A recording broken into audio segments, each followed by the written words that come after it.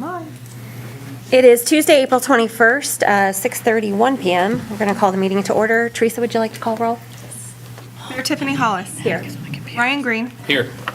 Donnie Barnard. Here. Matthew Huggins. Here. Kyle Cook. Here. Jeff Barr. Nicole Shook. Yes.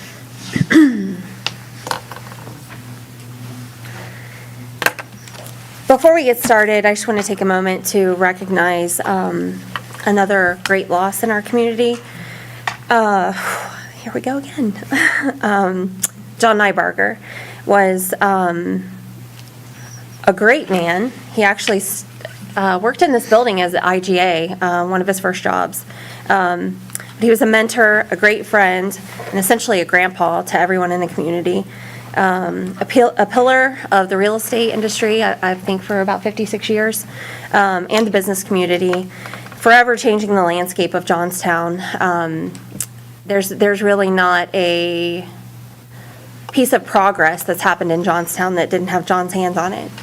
So I just wanted to take a moment and recognize the great loss for this community. Invocation. City Manager Jeff Sheridan is going to give our invocation for tonight. All right. Please stand. Dear Heavenly Father, we thank you for this beautiful spring day. We pause to ask you to grant us wisdom as we strive to serve the citizens of Johnstown. We ask you to grant us patience as we discuss and debate the business of our community. Help us always to seek what is good and kind in every one of us. We thank you for the freedoms we enjoy and help us to never take them for granted. Grant us safety in our travels. Amen. Pledge allegiance to the flag of the United States of America and to the republic for which it stands, one nation, under God, indivisible, with liberty and justice for all.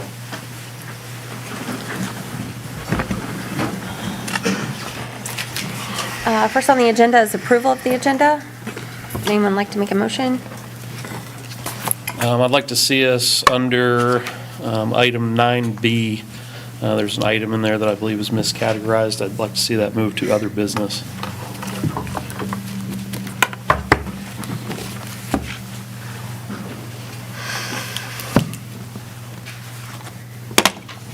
You want to make a motion? I'll make a motion to move that to other business.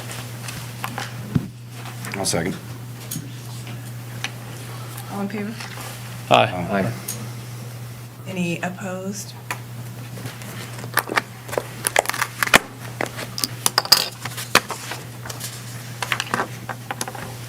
Any other changes to the agenda?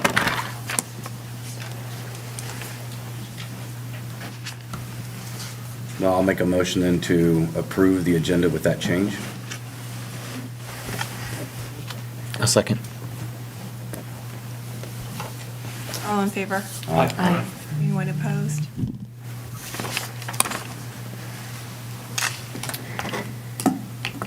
Action on minutes, March 17th, special council workshop.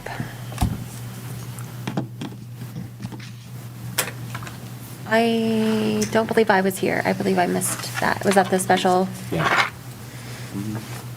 I think Was that the Nicole special was meeting? the only one. Not the No. special. I missed the one, but I missed the regular scheduled one. I'll do a roll call. Okay. It's our first Tuesday. I can't remember what the date was. I think in the minutes I showed. I thought Nikki was Nicole gone. was the one Yeah. missing. Special I one? think that, I Yes, it think was- you were it was gone for before. the special one. Maybe I was. No, yeah, okay. No, it was regular council meeting because it was, Yeah, I have Well, I just the- thought the- it was Executive council. session. The workshop was right before the council meeting. workshop On the was right roll before call. the council meeting, Well, and you missed on the roll Oh, call I it missed had that that one, yes. Nicole is gone and Tiffany was here. Gotcha, so that was 2 meetings March ago. 17th. My bad, okay. Sorry. Okay, I'll do a roll call. Should have had a calendar in front of me. That's what I recall. Is there a motion? I'll motion to approve. Is there a second? Second. Oh, thanks. All right, Kyle Cook, Yes. Nicole Shook, yes. Wasn't here, but yes. you You can do either one. Yeah, very good. Matthew Huggins. Yes. Donnie Barnard. Yes. Brian Green. Yes. Mayor Hollis. Yes. Next is citizen comments on matters not on the agenda. Do we have any speaker slips? I do have one. Mark Zolinski. Get 3 minutes to the buzzer. Perfectly fine. Shouldn't need that long anyways. Mark Zelenszewski. I live at 998 Cherry Hill Drive. And kind of debated whether or not I was going to come in and talk about anything tonight, but kind of stayed quiet about it for a long while, stayed aside of everything. But just want to kind of call into question that each and every one of you is a representative of this city. The conduct portrayed for quite some time now is ridiculous. I kind of liken it to dealing with toddlers that we're kind of arguing and slamming our heads on tables and our hands on tables and bickering with each other on the internet, and like somebody took away our toy.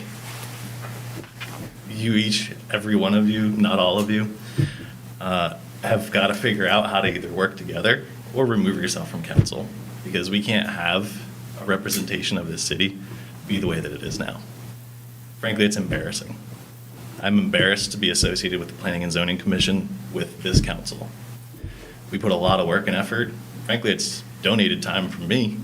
I don't get paid to volunteer for planning and zoning. And I really want what's best for the city. So that's really the biggest point that I want to make is if all of you are not willing to work together, work with each other, you don't have to talk to each other and hang out outside of here. But a better representation of the city, putting that foot forward instead of your own personal agendas or personal vendettas for that matter, needs to stop. Thanks. Thank you. Thank you.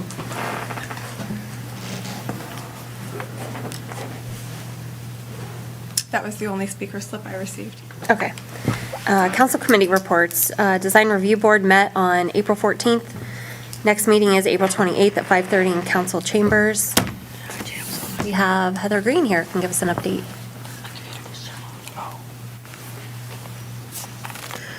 We just had one COA. It was for the church on Jersey. They had a re-roof for some storm damage that happened. It came before us because it was a change in materials. So they went from a shingle roof to a metal roof. We approved it. That's all we did. Thank you. Planning and zoning met on April 14th. The next meeting is also April 28th at 6:30 in council chambers. Kyle or Mark, would you like to give an update on planning and zoning? You're here, so I thought I'll put you on the spot. I'm your vice chair. No, we just had a couple items. We had the Khyber Run drive-through, which, was basically moving where there was already an appropriated drive-through to another location in the Kroger facility there, parking lot, and then also a conditional use, which we'll see tonight for the laydown site there on 62.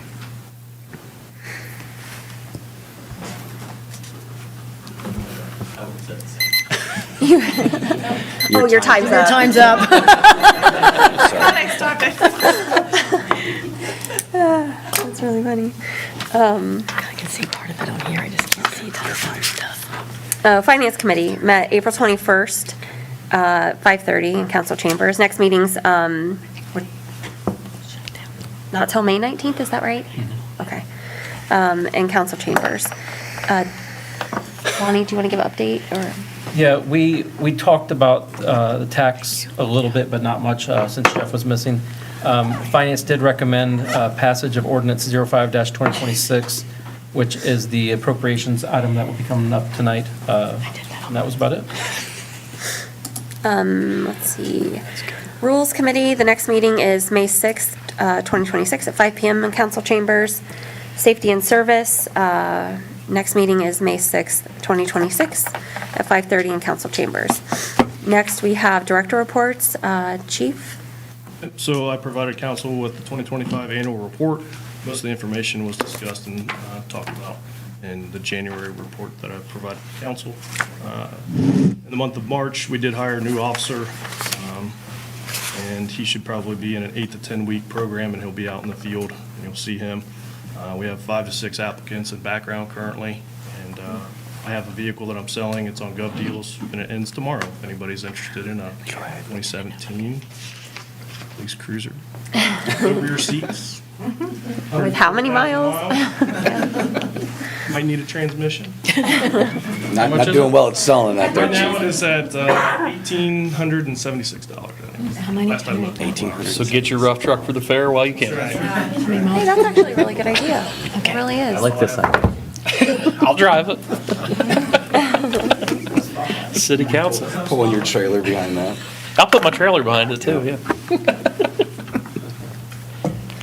Does anyone have any questions for Chief? I thought it was a really nice annual report. Thank you. Really, really well done, so. Also, with the report we had, I know I usually tell because it seems to be something that's brought up a lot on Facebook, but I think, if I remember correctly, we had 18 on the bell in 2024, and this 2025, we had 22 on the bell. But I'm hoping with, Which still seems like way more. Traffic for hours on end. Yeah, it does seem like more.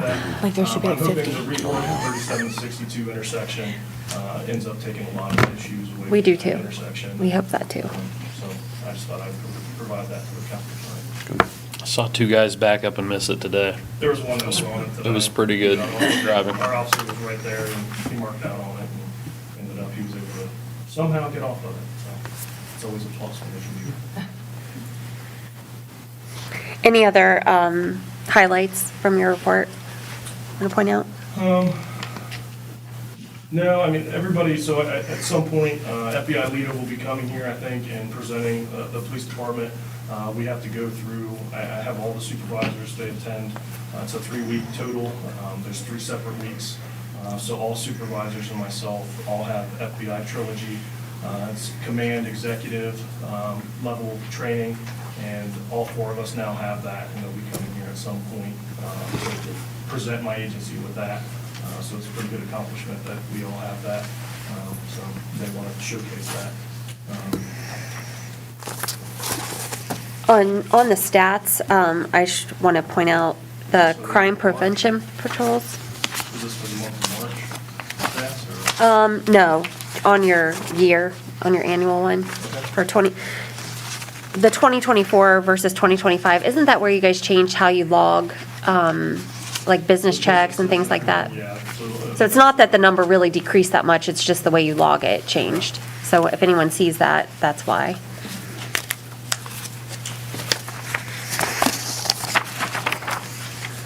Does anyone else have any questions for him? No. Okay.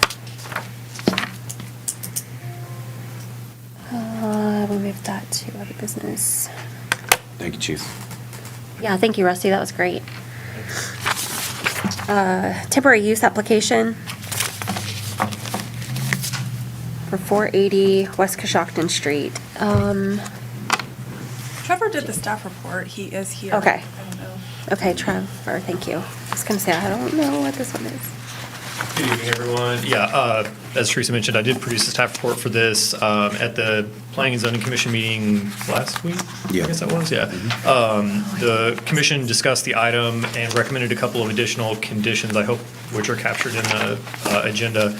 And just as a follow-up, I've been working with Mr. Sheridan, and you all will be seeing some revised code language in the future to help address some of the screening and fencing, falling over sort of thing. So in the future, you won't have to put specific conditions on that use. It will just be a requirement that there are fence posts that are set in the ground, and that the entirety of the area to be used for the temporary use be fenced.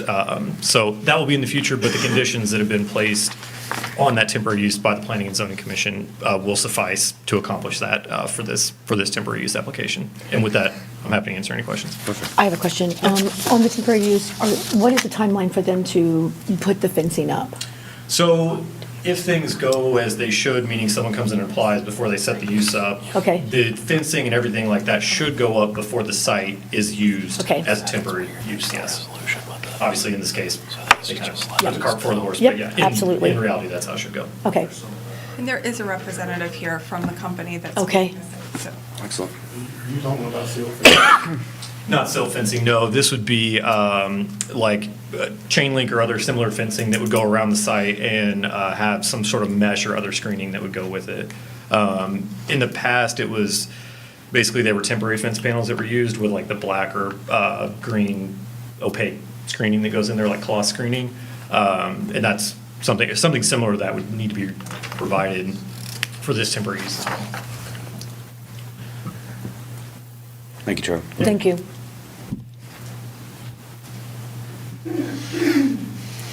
We don't need to take any action on that, correct? Yes, you do. We do. Our code requires that it's reviewed by the manager. Mr. Sheridan concurred. If you look on the back page of the application, it's been reviewed by him, it's been reviewed by the Planning Commission, and the 3 recommendations that were given by the Planning Commission I have written on there. That fencing installed around the work site perimeter is installed and set into the ground to prevent blowing over. The permit end date is July 31st, 2026, as written on their application, and a site inspection is completed after they're gone to ensure it's returned to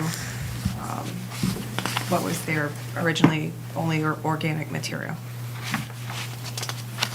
It wasn't organic material originally when we went there, it was stone. The stone was there prior? So it's been crushed on that stone, it's been put on that. It's even on the USGS, when you Google Earth, you can see the stone. It's already parking lot, other stuff already there. Someone else has already used that. That's the same thing, because they have put silt sock and other things around it. I probably purchased or rented about 300 of these, and I've never put any fence with screen and stuff on it. I'll have to go look at that and see the cost. See what we need to do to get somebody to come in there and do that, or the people that own it to do it. The problem is, I'm not arguing that, it's just- no, the problem is when people drive by, they complain about that they're seeing everything, so that's why they wanted to put the opaque or whatever stuff in the fence, so they didn't have to see what's going on in there, and, because it, I mean, all we do is park there, we don't do nothing else there. Okay. That's just a parking lot for people, like Kroger. They just come in there and park, and we pick them up in a van.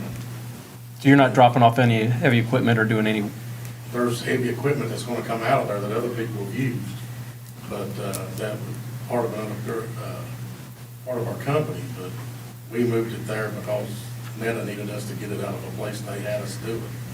But it's temporary. We don't really put equipment there. We put equipment on the sites. But outside of just parking, that's pretty much all it is in the office that I use out of it. Just so we could have a lawyer office sitting there. Yeah. With maps and stuff, surveyor's office. But we'll talk to the landowner and see what he says about it. I mean, I can't say, I would hate to sit here and tell you that we can do that and the landowner not want that, right? I mean, it's hard for me, I really know. Yeah. It's leasing. It's hard to make promises about something and somebody say, no, you're not doing that, and we don't know. He should know at this point, he's done a site there before. And he's had a So fence up before. He's had a fence up before. Wonder We, why they took it down. well. kept falling down. Could have been because So it it was a kept very falling, yeah. temporary fence where it had feet and they had sandbags on the feet and yeah. any stiff gust of wind, it blew right over. Yeah, He has wood fence posts all the way around, cattle fence posts. yeah. There's a successful fence that we've seen there on Duncan Plains. If you want to know what one kind of looks like. Duncan Plains Road is west of your site there. You go through town past Kroger to the next intersection there. And Duncan Plains and 62 take a left, you can see it there. They have one that hasn't managed to blow over, but yeah, the last time we did this, that fence blew over every day. And the company, I mean, they were good to work with. They would put it right back up and it'd go right back down. So with the wind we have, you're going to need something that goes in the ground or it creates more work for you. And to your point, if there wasn't grass there beforehand, we don't expect you to plant grass. Okay, You know, I just didn't want to take this guy's stone that he's Right. dumped all over there. It just don't leave anything behind. Right. Yeah. Yeah, I get that. I'm good with that. So you're done with me? No disrespect. No, you can go. I'm going to the fire. You're excused. No, we appreciate you stopping Go by. get some If you dinner. don't need anything, just stop in. Do you- Do you want to see the vote? You need to vote, So we need to vote. You care about it? Okay. accept it. And put whatever conditions. I mean, the recommendation from planning and zoning was those 3 conditions. With those conditions. Okay. If you want to add any, or, not. No, I'm fine with those conditions. I think that's consistent with what we talked about in the previous council meeting. Are we going to give them, though, a certain amount of time to put up that fencing? Because there's nothing litigated in there about that. We can put a time limit. Was there anything previously in there? Well, Trevor had said it No. was, No, there's no, sorry. There's no time limit in the code. There's no time limit for how long it can be before a fence is put up, because there again, the thought process was before the site is ever used for this, the fencing and everything else would be up. So I think in this case, it would be appropriate if you choose to approve it, if you want to put 7 or 14, whatever Yeah. you all feel is appropriate, but a time limit I think is appropriate. Everybody in this okay with case. 14 days? I think the trouble with this is, and this happened previously with this site, people come in, they start use on that site, we realize they're there, then we try to go through the permit route, and it's already too late. Ideally, you would request the permit, we'd go out and inspect the site, take a look at it, and then issue the permit, and you could start work, but it hasn't typically worked that way. So There needs to be a penalty. yeah, I would say we Yeah. would penalize. There needs to be I would say we need to penalize the actual owner of the land. Yeah. Because that's where it has to stem from. If he leases that out, he needs to let the person leasing know that these are the rules. You need to go through the city, you do this before you start anything. Yeah, it's not the people who are doing it's fault, it's the. Correct. Yeah. Yeah, It most doesn't of them are fall coming unless from another at all. state or Yeah. another part of the state, they just have a site and they want to start working, so, yeah, it needs to With the be continued properly construction here, there's going to be more laydown sites. I think we need to be And putting. Trevor is looking into better locations in the city to put lay-down sites as opposed to having it right off of 62. Right. So. We've so been we can lucky put so that in our far code that- as well. That way. We've been lucky so far that these are low-intensity uses, but Mm-hmm. if there's something way more intense in the future, that area is going to be a mess. Thanks. Do you have anything said in that lease or whatever for essentially sweeping of the roadway? Is there any requirement for that in that section? Because there's going to be, is there anything in that that says that they should be doing that? Don't believe there's anything General in that. requirements in your code. It's in the code. I It is in think. our- It is in the code. I I'm don't aware think it's in our the, code, yeah. But I didn't know if there's something that we as a city have told them that they need to probably try to have that availability.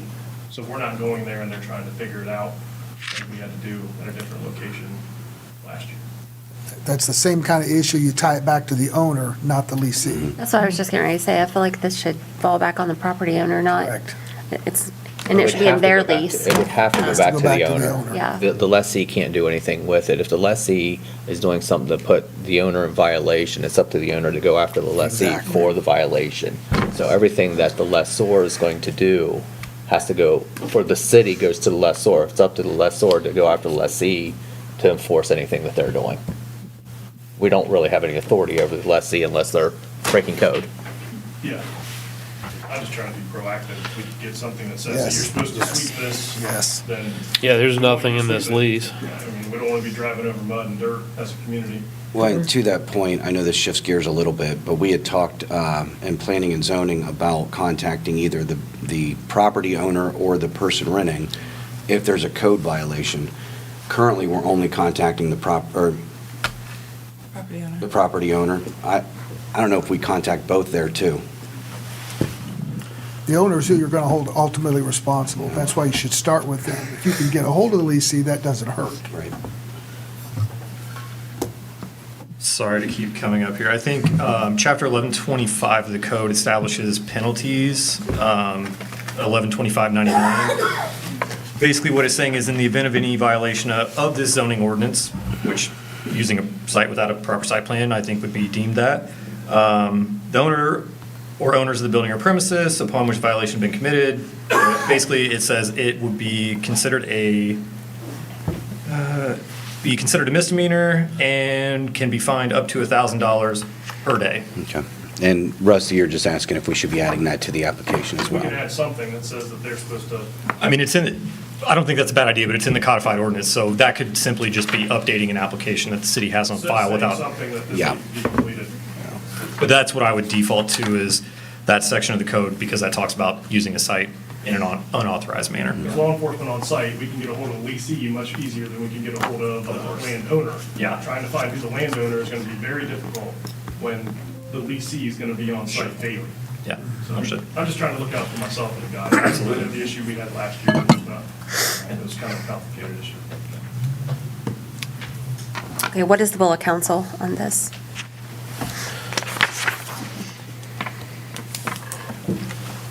So we have conditions that we would like to add Yeah. specifically to this? Let's get a list of Nicole, yeah. conditions that we'd like to add to this. 14 days? Yeah, I think that's pretty good. I think it's fine. I would actually probably give them 30 for the fence. if They're it only be- going to be They'll only there be there till for July July. 31st, yeah. So Oh, that's only at that till point, July. it's, yeah. Because if they got to go to the owners to get that in, I mean, getting that fence in, an actual fence, 14 days is going to prove rather difficult. And Trevor, you were just talking, sorry to call you, but you were just talking about the fines that's in our code. Is there a fine for laying down a site without an application? I mean, I would consider what has been. Done already Not an attorney finable. or a judge, but I mean, the penalty section talks about using a site without. Right. Not in compliance with the zoning code. They have established a use that has no adopted site plan. You all have not approved it. I feel like that is an appropriate use of that if you Yeah. so chose to do so. Okay, thanks. I'm good with 14 days. I am then. too. The trailer's already on site. isn't it? Right. You were- I mean, we have two options. We can say quit and leave and pay a fine, or, you know, you have 14 days to put up the fence. I think that's fair.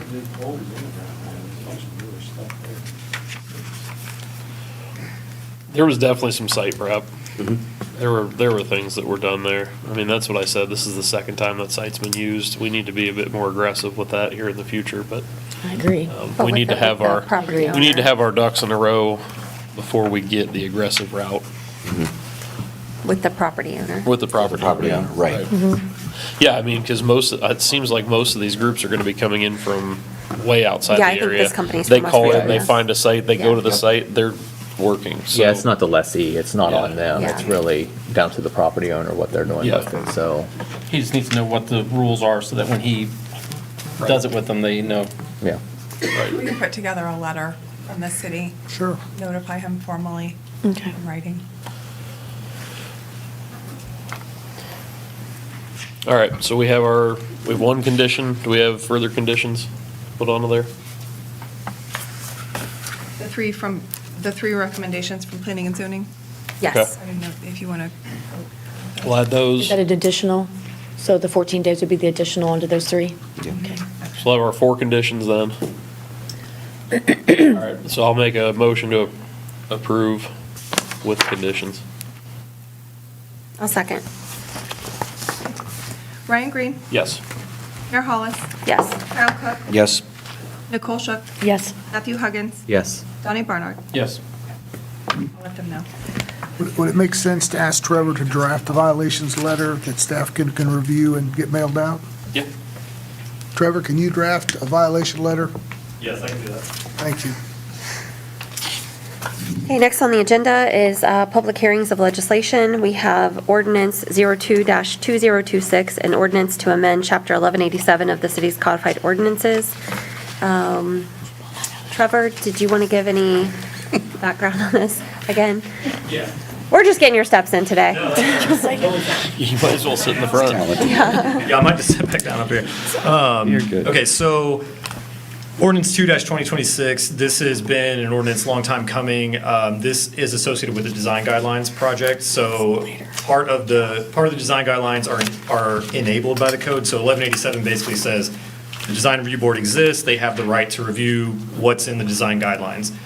What we did is made some updates. There were some confusing language in the existing code. It talks about a design plan a lot and also a certificate of appropriateness, but really those two things are the same. Tried to eliminate that confusion. We also tied the review criteria that are in the code to the same categories that are in the design guidelines, so it's just easier overall for the design review board to apply those standards whenever they're reviewing a request. And then obviously that's tied to the resolution 2026-34 at the end of the public hearing section. Here again, if this is adopted tonight, there will be a 31-day delay in the effective date. And so the resolution that's adopted tonight, I believe, has a delayed effective date as well, so that both the code and the new design guidelines become effective on the same day. I'm happy to go into additional detail, but I know we've talked about this several times, so I don't want to just repeat myself unnecessarily. But with that, I'll try and answer any questions you have. Could you give a brief review? And it's kind of hard to sum up everything all together, but could you give a brief review for the public? Just to kind of sum up what this is, how it relates to the general household and businesses? Sure. So the existing design guidelines, I think, were adopted in 2021, and they apply to a good majority of the city. Most of like all the corridors, 3762, it applies to all of those. Most of the residential in downtown.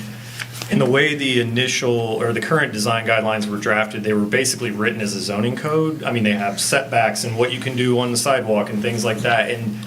But the problem with that is it is only a guidance document. It's not regulatory policy. It's not law. And so in there, the design review board was not given a lot of tools to actually help, like, guide new development in a reasonable way. A lot of it is just how they feel, we like this, we don't like this, and that's a tough position to be in because it's a lot of subjective review.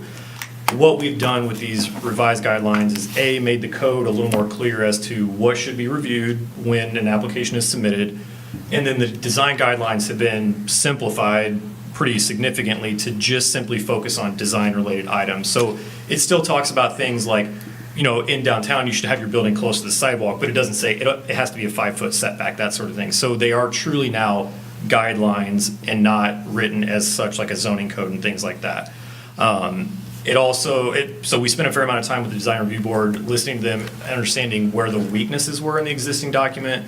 We also, at the end of, I think, 2024, beginning of 2025, did several public workshops to allow people to come out and voice their opinion on what do you like, what don't you like for materials, for colors, overall styles of buildings and architecture, things like that. And so we updated the design guidelines to reflect that public input that we received, and there again tried to package everything a little more cohesively so that it works better for the design review board, the staff, and the public in general to understand what they're expected to do if they so choose to develop within the city.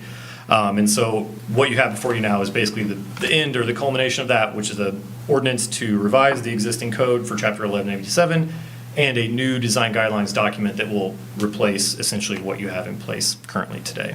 Is that sufficient, Ryan? Yeah, mostly for the average homeowner, I just wanted to lay out what we were working with and what they would see if they have a project that comes to us. Yeah, so, and I will just say, while the area of influence or the number of properties that the design guidelines cover has been expanded, the number of items that ultimately go to the design review board should probably either remain the same or go down slightly, because we spent a lot of time, if you all recall, going through that implementation matrix of what goes to staff, what goes to DRB, and we spent a fair amount of time at a special meeting going through that. And so I feel like this ultimately will not be more of a burden necessarily on any one group within the city, but I do think we have been successful in making it a little more streamlined in terms of what goes to design review board and what can be reviewed by staff. Yeah, and actually, streamlining is the big word there. Yeah. It makes it easier as opposed to a burden. That's the goal. Mm-hmm. Yep. So one of the complaints is that with this design review board, that we're a glorified HOA, that the city becomes a glorified HOA. What do we say to the residents, or how does this impact residents, not in the historic district, but in the neighborhoods, Leafy Dell, Concord, and those neighborhoods? If they want to change the color of their siding, or they want to change their door gutters, how does that impact them financially, first of all? Like, Sure. what do they have to do? And second of all, how much does the city get involved in their lives when they want to make a simple change like that? Sure. I can go back, if you give me a little time, I can go back and find the specifics. But in general, the goal was for, in areas like Concord Crossing and any of the newer built residential areas that likely already have either deed restrictions or a HOA that would govern kind of how things look, those areas, if any changes are needed to be reviewed, the vast majority of them, I would say 95% of them, would just go to staff. Things like solar panels, that would require a review by the design review board, but that has always been the case. Now, though, there are some criteria in that document that say where solar panels are and are not appropriate, which is different than the current setup, which basically puts all the onus of making that determination on the design review board with no guidance. So I can see where people may have easily thought that it is like one big HOA, but in the design review board's defense, they've been operating with a very, very slim set of standards that they've been able to apply. So a lot of it's just been I don't want to say their best guess, but what they feel is right based on context or what they've seen in other areas that they're trying to emulate. So I think this gives a lot more certainty to not only the residents, but also the board as to what is appropriate and what's not And consistency. appropriate. Yes. Yeah. So for the average resident, if they wanted to change their color of their door or windows, they don't need to come to the design review board to do something like that? Not really, no. That would be a staff level review. Now, if that said, one of the things that we talk about a lot is what happens if staff doesn't feel comfortable. Something is kind of walking that, a gray area. Staff still has the ability to elevate something to the design review board if they go through the code and the design review or design guidelines and say, this could go either way. There's always that ability to go to the design review board, but you always want that in any sort of scenario. It's same with the planning and zoning commission, same with city council. You always want that. Okay. Thank you.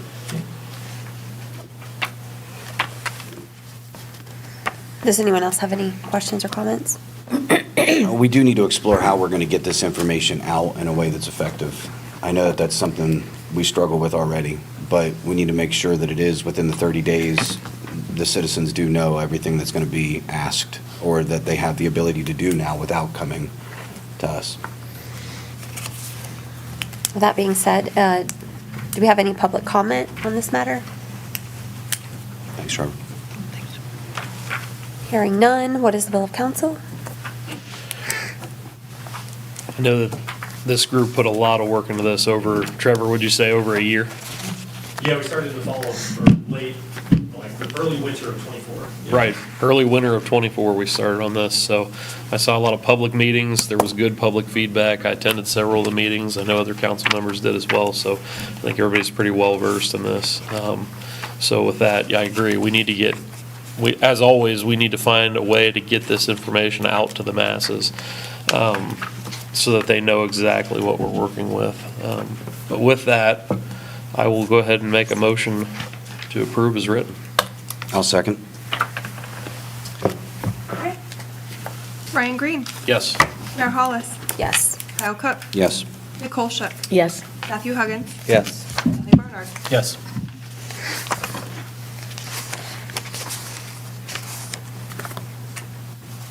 Trying to find this next one. Okay, next we have ordinance 03-2026, an ordinance authorizing the city manager and the city of Johnstown to accept public dedication of a right-of-way to the city from Johnstown Land Company. Mr. Sheridan, do you have anything on this, or Jamie? See Jamie's here.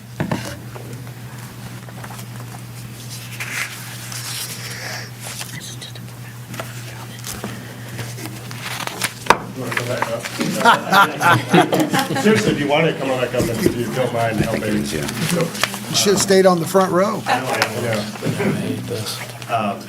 Okay, so on this issue, I think what the end goal is that we're trying to do is establish a legal parcel for Licking Rural Electric substation. In order to do that, they have to have frontage along a street, because their substation's kind of set back, out of sight, out of mind, which is great. We're doing a land swap with Licking Rural. There's no money being exchanged. But when we establish that parcel, they're gonna have frontage along Green Chapel. Now, at Green Chapel space, the city made an agreement with New Albany because where Green Chapel is today is slightly moved to where it was to accommodate Intel. So this was the first application that's been in front of the city since the Green Chapel agreement has gone in place. So basically what we're, yeah. Sure, Yeah, sorry, I was reading back through this, yeah. yes. So essentially, are you guys creating a flag lot? Is that what you're doing? We are creating a flag lot for LRE, and in order to do that, we just have to clean up the right-of-way along Green Chapel. I'll just add in, these, like, as you all do more of these, they will become more routine, but I think that this will probably be a somewhat common occurrence as, right-of-ways continue to be expanded, Johnstown Land Company continues to develop their parcels. Normally, I would advocate against creating a flag lot, but in situations like this, they're fairly common, and I think overall, it's a better end result for the city, given that this substation will then be set back, a couple hundred feet, if not more, from the road, behind kind of an existing property that already fronts Green Chapel. I'm getting confused now. Where the current substation is, or the? No, like the substation will be behind like an existing lot in front of that. Along Green Chapel. Yeah, and so basically what this will enable to do is there will be access to the substation provided by the flag stem, the lot itself. Really, there should not be much, if any, traffic through there on a routine basis. Once the substation is constructed, it would just be typical maintenance, like you would see maybe a vehicle a week or something like that would be in there. So this won't be a driveway that will be expanded in the future to serve other uses. So with all that said, like I said, generally I would discourage against a flag lot being created, but I think in this case, this is a pretty good application of that sort of scenario. Yeah, and the neck of the flag lot is essentially going to house distribution or transmission lines. There's a scenario where any extra space might not even be needed with access, but the important thing is to establish a legal parcel for LRE, which they're well on their way under construction.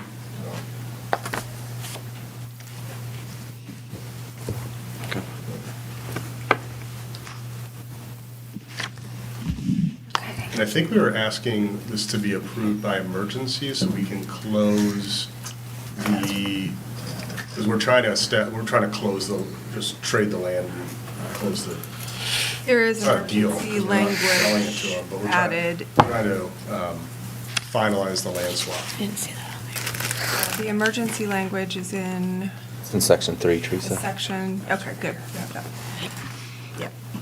That just means, this is the second reading and public hearing. It just means it'll be effective immediately upon passage. Oh, there it is. Does council have any questions or comments? Hearing none, is there any public comment on this matter? Hearing none, what is the will of council?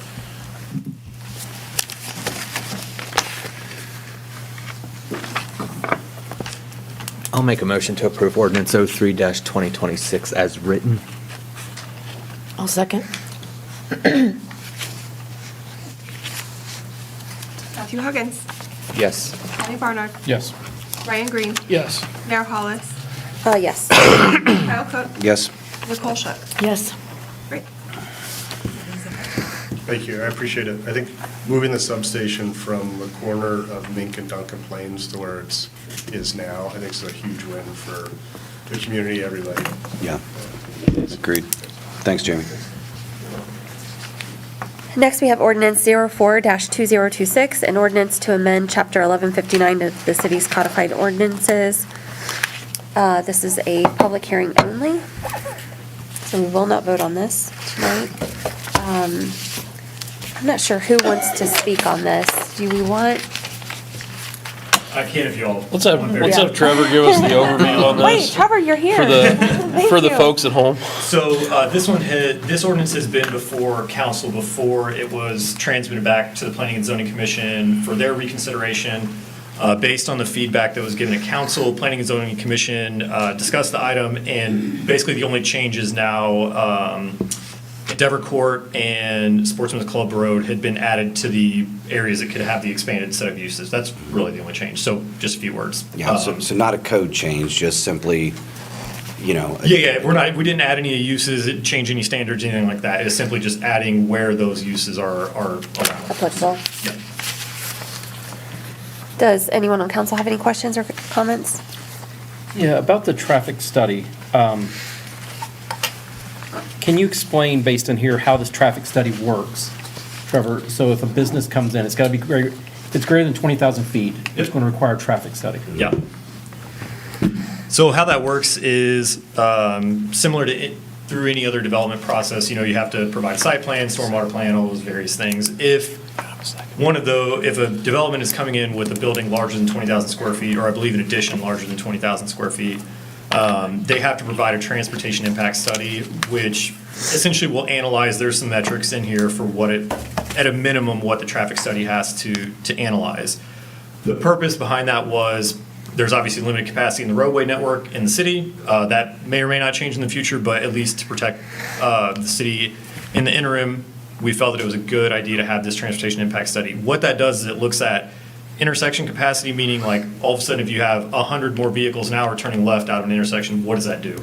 And so Based on that, if it's determined by the transportation impact study that a signal is needed, a turn lane is needed, that sort of thing, that before development can start, the applicant for that project has to come to the city with the transportation study and say, hey, we need a new signal, and that's gonna cost, X number of dollars. The goal of that is for the applicant and the city to work together to split or figure out a way to fund and construct those improvements that are needed as part of that. It's not specific, currently the code isn't. I think it was good to have some flexibility just because we don't know exactly what may come down the road. But at least the transportation impact study will inform you all as to what the expected impacts are from a vehicular standpoint. So with that, on item V in that, 5, it says it shall be reached to determine how these improvements will be funded, installed, and maintained. To me, it comes out vague that I don't want to see Johnstown get left on the hook for 90% of a signal, and I don't know if it's fair to a company if they're the last one and 4 of the companies have come, they get stuck with 90% of the traffic signal. So I agree. can we enhance that item V to make it? Or is it better to leave it vague because you get more negotiating power? You do have more room for negotiation, and I think that the reason it was written that way is because normally, if you're going to do some sort of even split of, you pay a certain, basically an impact fee study, every development that comes in pays X number of dollars, whatever it is. The city would need to understand, fund and understand a study up front to know what improvements what improvements might be needed based on the types of construction. And then you can kind of divvy out what an impact fee would be for that. I floated that idea loosely and it wasn't taken up, which is fine. But I think that is why you see the vagueness in the code as it's currently written. So I don't think it leaves a door open necessarily for you all to get hung out to dry, but you will have to really take seriously those negotiations when they come in to make sure that, A, you don't take on an unfair burden, and also the last person in the door doesn't get that unfair burden either, because that's obviously not what anyone wants. One of the other thing is no minimum lot size except for the paint powder coating. Should we consider a minimum lot size for certain uses? Say if it's a trucking company or something, that it has to be a minimum size to put a trucking company in there. So though that is certainly something we can consider, the only thing I will say is that with this expanded set of uses, the minimum lot size has to be at least 2 acres and fronted on one of those roads. So I'll leave that up to you all. If you feel that it's needed that we either adjust the acreage or add that to specific uses, I think that's something that could be explored. What is your recommendation? Those site requirements are for existing also, correct? Correct, yeah. So that hasn't changed anything? No, It's no. just- The 2 acreage, I think we added early in this process. It was early in the Yeah. process, and We had to do that because of the nature of light manufacturing map currently extending into the old part of the city. It's also So why you're we- very unlikely to be able to cobble together that size land, but in the actual not PD district, but in the LM district proper that we think of, most of the you're parcels. gonna have a parcel that big. Yeah. That really was it. The minimum acreage was included in there to discourage or limit the ability of someone within downtown, basically, because that's where some of the LM Right. is, Yeah. to start redeveloping in industrial ways, because the comp plan says that's not what you all want. And I think just from general discussion I've heard at various meetings, that's also not what the city wants, so.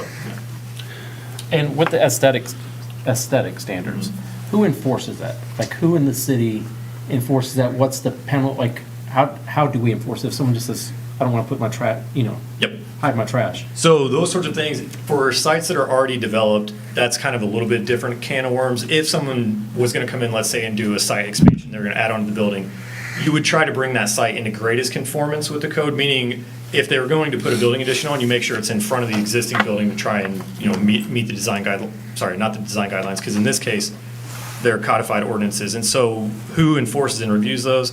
All of those standards will be reviewed during the site plan process. And so that was part of, going back to 1187, the changes to the design guidelines. We felt, rather than try to send industrial buildings to the design review board, because industrial buildings are inherently kind of purpose-built for what they need to be, adopting just a set of standards in the code that could be reviewed by me or whoever the planner is at the time reviewing it. And they can say, yeah, I know you don't want to do this fence or this screening in front of your parking lot, but your development can't be approved unless you do that sort of thing. So that's basically the enforcement mechanism, is you don't get an approved site plan if you don't meet the requirements of the code. Okay. So it shouldn't really be an ongoing issue. Once you go through the site plan review and building review process, that should be the end of it. All those issues should be sorted out during that time. Okay, and my final question. With the traffic study, in the permitted uses, when does a traffic study come into play? Like, are they required to have a traffic study just because they're over 20,000 square feet?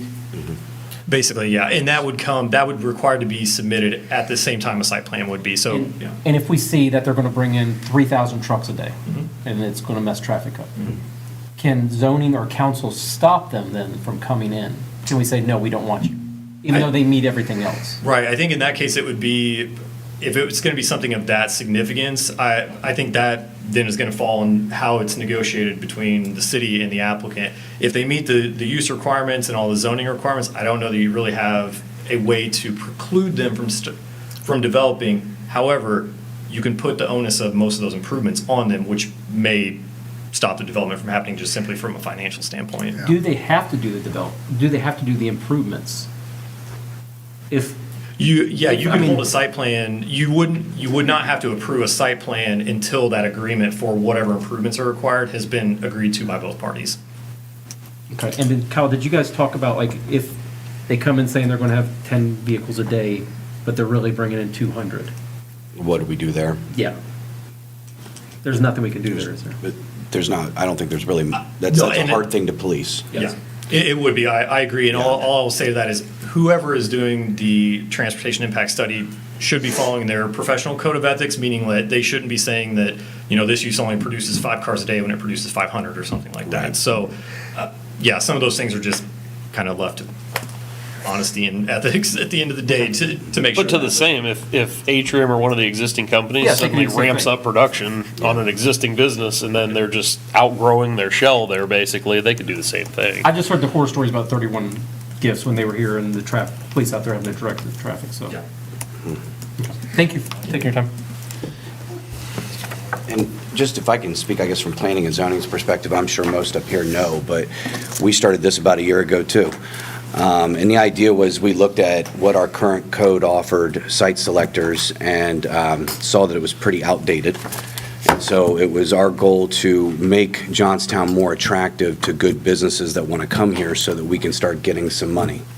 We need that cash flow. And the area that we are discussing is already zoned light manufacturing. We're not changing that at all. The only thing that we are changing is the permitted uses. And in doing so, we didn't want to affect the areas that was butted up right against residential. We wanted to keep it only over there in Commerce. And that way we can have good businesses over there, let that grow up like it should be, as it's already zoned, so that we can have some more cash flow into the city.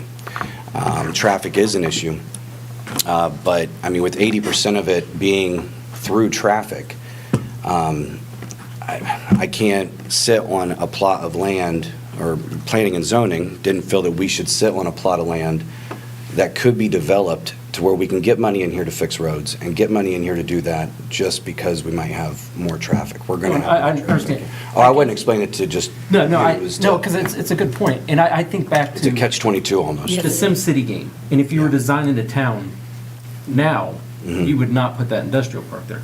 It's the No. worst spot for it because of how the city's grown up. When they did that, it was a great place for it. Yep. It made more sense. And that's where I've debated back and forth. Do we continue to not build on, but utilize all of it and impact our city more? Or do we pull back and say, well, let's try to push things other places? So My it's only like- fear with the that other is that point- if we pull back and we wait too long, then how long does that just sit as an empty area that could be making money? Well, and I think You know. Mark or someone said that what stops someone from building something 2 miles down the road that's going Yeah. to impact it. So, Right. they may say, I don't want to use this industrial park. I may go down the road halfway to Utica and do it Yeah. there and impact it. So, We also have water and sewer there already, so Right. the infrastructure is already there for us. So being able to capitalize on things that we, essentially are shovel-ready, Yeah. we should take advantage of that. We went back and forth a lot over the past year, because it's definitely a discussion. It's an area that's not being utilized the way it should be, is really what we came down to. Does anyone else have any comments? Hey, Trevor, I have one. So let's just say somebody builds a spec building back there. What's an average size of a spec building? Oh, it depends. I mean, a lot of, approved use? it really depends on the site size. But I don't- mean, it's not uncommon to get a couple 100,000 square feet. Is that an approved use? I'm just saying if you Well, I build, mean, if someone could easily put up, like a spec building that was designed for any of the uses that are Yeah. allowed in that code. It doesn't have to, I mean, the use needs So to we don't be have anything identified. in there requiring an end user for it to No, be and you really built. can't, because I mean, Yeah. that would be the same thing as not allowing any commercial building to be built until you know the exact restaurant or tenant that's gonna go in there. That's just not. And they could change multiple And I'll times. tell you what, real estate wise, I mean, you'd be surprised, a lot of businesses don't want to build a building. They don't want to be involved with building a building. They want to move into something existing, or they want to have a company that leases things out. So to be more productive and get users faster, sometimes you need business or buildings that are already present. But we did have, oh, sorry. I'm sorry, can I finish Yeah, mine? go ahead. Thank you. So the spec building, depending if it's within that, again, I'm not going to play like I know about spec buildings, but are they over that 20,000 square footage mark? I would think so, yeah. Okay, A lot of buildings, So would they, before somebody moved in that particular building, would they be required to do that traffic study and do that? And then what happens to the site plan, so to say, that they have to come to when the spec building's already there? So, and what kind of site, do we hold, kind of site inspection do we hold for a spec building, if that were to be an option for somebody to do? if I were reviewing a site plan like that, someone came in with a big spec building, no Mm-hmm. end user necessarily identified. My recommendation would be your transportation impact study needs to account for the worst possible scenario. I don't mean That's what I was just getting ready, worst the possible highest and scenario, best that, use, whatever you okay. wanna Yeah. call it, but Okay, the so most intense then we use is could, we allowed. could as a council say to that particular, person or whoever wants to build that they would have to do the traffic study? Yeah, because it's required when the building goes up, not when a use goes in. Okay, great, all That's a right. good point. Great. And, yeah, I didn't mean to walk on you there, but No, I I just just wanted to remembered, know. we did have a spec building come in last year that we denied because of that exact reason. They didn't know what was going to go in Yeah. there, and we didn't know the traffic studies, so it was sort of, or the impact on the environment. It was kind of like, no. They had a lot of unknowns. They did have a lot of And a unknowns. lot of So questions does this we cover, asked. what I'm asking Yeah. is that this particular uses and the way this is set up is going to cover what we couldn't before with a spec building? Because I Yes. didn't see Yes. anything in there, I Yes. just wanted to make sure. The allowable uses list has been expanded but clarified, so it's Okay. very clear now what can go in there, and now there's also this requirement for that traffic study that, there again, it's when the building goes in, not when the user Okay, is okay, great, identified. Right. that's good to know. That's a good question. All right, thank you. Anyone else? We'll open for Well, public comment. Couple Right. things that I had, just to get out of the way while I have them here. Just a couple things that I wanted to change in usage, or at least see what council thought. I ran these by zoning. Zoning didn't feel up to these, but I wanted to run them by council.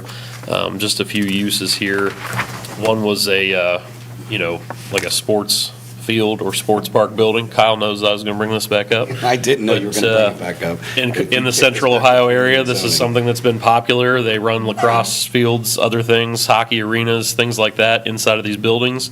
If we have a big unused building, that could be something to help out Johnstown, to have a sports facility there. D1 sports, all those sorts of things are prevalent in central Ohio, but not on this side of Columbus. So I think that could be a great use. Moneymaker, not necessarily, but a use that the city could definitely get. One that we had talked about was auto body shops. I know that we would have to have some caveats on storage there, obviously, to deal with the parts or cars, damaged materials that would be sitting around potentially on a facility like that. But I think we should give a second use to that type of business. A lot of the people who work at an auto body shop, I've seen Rife's, I've seen others, they are making six-figure incomes to work on bodies there. And I'm telling you, as far as an income tax generator, not that any of these are going to be a massive one, I think that's an overlooked one that we should take a look at, because the potential is there. If they have 20-plus technicians making six figures, I think that's something we should look at. Pharmaceuticals could be another one. Obviously, we have to watch how that affects our water and sewer supply, but I think that could be another one that we look at, because if you look at regionally, some of the pharmaceutical companies that are coming in that you might not think about, I think there may be some niches there that we could think about. And then also, we currently have a 40-foot setback up against the residential. I think it's from the front, isn't it? think it's, sorry, I'll. Or it might be more. Yeah. Yeah, it might be more. The one thing I wanted to make clear, that's to the building, correct? That's not to the pavement. It's the building, yeah. That was one of my concerns. Endeavor Court. Yeah, with Endeavor Court especially, we want to take a look at, if the building is 40 to 100 feet away, well, that's great. But if your parking lot butts right up against somebody's property there and you're idling a truck at 4 in the morning, that becomes a problem. So I want to take a look at how we're doing that and the screening in place, which leads me to my next point, in 4I there.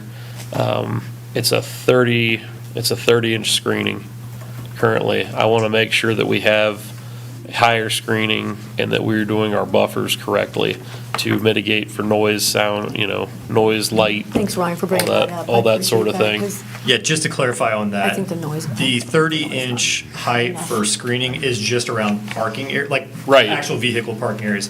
Any areas that are used for outdoor storage have to have a minimum 6-foot wall, like fence or wall. They have to be 100% opaque. They have to be made of wood, precast concrete, or similar. You can't use corrugated or galvanized metal. You know how it goes, though. If you have a paved structure, if you have a paved area. Oh, yeah. They are going to bring machinery or trucks or something into there. Sure. And with with how things go in business, they're moving in possibly all hours of the day. So the last thing I want is semi-trucks idling in the parking lot overnight. They bring a shipment in and they're waiting until 6 a.m. when the business opens, hanging out there. I don't want that up against a residential area. Sure. So that's something I think we can all agree that we want to take a look at. My thought there would be, let's look at, if you want to go that route, that's completely fine, but let's look at citywide noise ordinance, because that's really what would govern in that scenario. I wouldn't want that to only apply to one zoning district. I think that's something that should be universally applied, because you don't want that anywhere. I mean, I agree with you with the noise ordinance. They are tough to enforce, as Rusty could probably tell you. and that's going to be the case whether it's in that. It's or going to be zoning tough, code. but my thought is, if we have a blank slate here, Yeah. and we get to build from day one, and we select that out, a buffer area that allows for a usable situation, I think we're going to do better by the residents that way. What can we mitigate at this point? I mean- What can we do to mitigate? I mean, I will say, there is a massive row of trees there today, which is great, huge trees. Hopefully, those aren't cut down in the building process. I mean, is that But- something we can negotiate when they present their site plan at that point? Not really. I mean, the site plan itself, the way the development process works is if someone brings in a site plan that complies with all of your ordinances from setbacks and stormwater and building requirements and all of I that. know we can't require it, but we can negotiate it to say, hey, can we No, it really bump never your comes to you. parking over It here? won't come in front of a board, it's going to come in front of staff. It won't. Oh, it goes to staff. Typical Yeah. site plans just get reviewed administratively by staff and off they go. there's Unless no something like a negotiation. variance or conditional Yeah. use is So what if we were needed. making this a separate PD If it district? meets all the conditions, staff doesn't have the ability to elevate That's it. allowable. That's allowable. I mean, that's what we want to do. It's tough to do after the fact, because we already have businesses in place. So- Well, in a noise ordinance, doesn't matter how long the business has been there.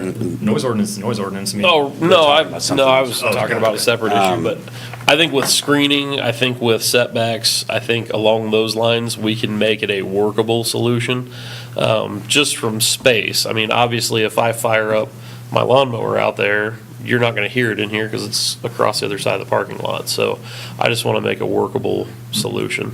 Yeah, and I agree. I mean, Endeavor Court was something that we had to hang up on to begin with. We wanted included, but we were even talking about including only one side of it. You know what I mean? Which would have solved the problem. They're allowed to build on both sides of Endeavor Court then? Right, and we That's had what we're asked talking about the screening setback and out. Screening so that we can make Because sure. 100 feet really isn't that far. That's what we're talking Well, about. we had talked about possibly taking the the housing side of Endeavor out or screening it out just through zoning, but apparently there's not a legal solution to that. You Can you can't tell them change that your they can do setback, that. can you change it to 200 feet, and that would limit? That's the route I'm going. And I think in all honesty, I was going We need to to look at that because pull we up one changed of the those setback. sites I really. mean, how extreme does that limit what can be built there, though? You wanna look And at it is on the there, screens? at what point are we, I'm just trying to get my computer to work right now. And I don't say if they do build, we can If you always come here real have quick. negotiation too, but we don't. oh, I know, I went back and looked at it. If I'm just asking 100 measurements. feet to that is a lot. And it's So the distance from Endeavor Court to the nearest residential 100 lot feet to the plus south. a row of trees is going to go a 360 long way. So So if we require a 200-foot setback, like that's, and then even whatever. a the 100-foot front- setback's going to really limit kind of what can be built Yeah. there. 200 feet would, Really, I mean, Where that, we- half that site be gone. south of Endeavor really is unbuildable at that Yeah. point. So I'll leave that to you all. I mean, setbacks are difficult. And there again, especially when it comes to noise and things like that, you have a big clear open field, you can be 1,000 feet away and hear something. You have dense vegetation, you might only be 100 feet away from something and you can't hear it. So a lot of that is very circumstantial, so I don't have a, If we increase, Tried and true if solution. we increase the setbacks too much, then we're not gonna bring business in. Right. That's Is- going to is be it the better Well, to- We're Well, doing but this all that's for the nothing. thing, It's not a is, big, though, it's or not is a it big better area to- that we're talking about there, though. It's just a little, there's not much you can actually do in that area now. And this is the joys of when a zoning meeting meets a organized city council So meeting, but we're bringing business in by expanding Endeavor because they can do the one side, which has got lots of property. The other side is much, Can we make it required to where there's more screening when housing is, Within a certain, yeah? Sure. within Would a that be certain. easier? we've done that in other, Well- we've done that in other parts of the code. That would be easier than changing the setback. Yeah. so actually, I mean, it's all, Well, not easier. the ordinance is in draft form now anyways. Right. I mean, now's the time to Yeah. make I those. guess what I meant is decisions. not limiting other areas by that setback, just because of one location in light manufacturing.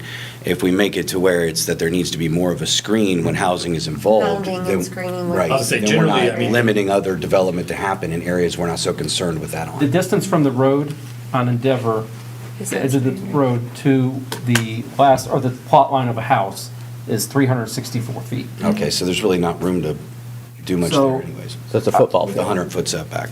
So if you set back 100 feet, that gives them 264 feet. I'm not sure how much they can build. I mean, they could put a parking lot back there, couldn't they? They could Yeah. put a parking lot right up to the property line, couldn't With they? all due respect, though, the They can people put that a bought parking those lot to the lots property moved, line, it which was is what I'm- zoned And then they could light push Which is, a manufacturing. semi. I- which is what I'm trying to stop, because I don't want a semi pulling right up to those people's property line. Now, to bounce back off of your idea of adding like body shop in there, I would expand that, not limit it to body shops. And in all fairness, that's my background years ago. Right. But body shops, auto repair, diesel repair, you are absolutely 100% right that those bring big dollar jobs in. Both of those are already a listed use. Are they? Okay, so Can we- I would just add the body shop to it then. It's in there. What was zoning's reason for not See, including Body this? shop is on there, right? It is. Is body shop on there? Body Oh, okay. shop's on there. Yep. I had it well, marked down as, thanks, Mark. Yeah. I wasn't in zoning for the last. I think the arena, the pharma were the only two that we left out. that Okay. wanted it. Was there a reason why zoning didn't include it? The arena, Or either one of those? arena and, well, not pharma, I don't recall, but arena was primarily because the purpose of that area is to. Industrial. It's to have income come in for the city, and when you're having an arena, you're gonna have, what, 10 employees? And Yeah, it's not going to be a money it's not maker. gonna be high-paid jobs, so it doesn't really benefit the city, other than being cool. And that was the whole basis of finance committee. No, I'll be perfectly That- honest. that was- I'd Well, that was the Yeah. whole idea between finance committee this evening is we have to look at our tax revenue as a city because we're walking a fine line with our budgeting for everything. So we need to attract the things that are actually going to bring us more revenue, not actually cost us in the Right. long run. So I Right. agree with you on that, Kyle. We're going to open it for public comment. Thanks, Trevor. Thanks. Grace, yes. Sorry. My name is Alan Benton, 8217 Winnie Hollow Road. My wife and I are actually the owner of ABY Leasing. ABY Leasing owns industrial property here in the city. It also owns developed and undeveloped property in Heath, and then another, and then farms in the county and various properties, the holding company that we own. And I appreciate your thoughts to try to protect the last ones that are going to build in the industrial park, because the 67 acres that we have will actually be the last part that's going to be developed, if anything gets developed out there. So I appreciate your thoughts and trying to protect me from bearing the burden at the end of the process. And I would caution the city or to actually view this as really an opportunity for the city. That the amount of land that's out there is a huge parcel of land, all right? And when you start looking at buildings, you know, my building's 20,000 square foot building, I don't believe anyone's going to really build that. That's very expensive to build. You know, I've built a building. I would think most of your buildings are going to be more like 30 to 100,000 square foot because they're cheaper to build. And I would say that you really take a look at that in whole industrial park. And I know the Johnson family has 60 acres next to my 67 acres. And I would think that someone would want to come in and actually develop the entire 60 acres and come up with a massive plan that would really benefit the city going forward. And I would say to you that as a factory owner and operator, that there's a tremendous opportunity, I think, in the future, okay? The future is Intel. I know we don't like Intel, but there's going to be 100 suppliers, from what I've been told, that's going to come in and support their business. So those would be higher paying jobs than what you would typically see.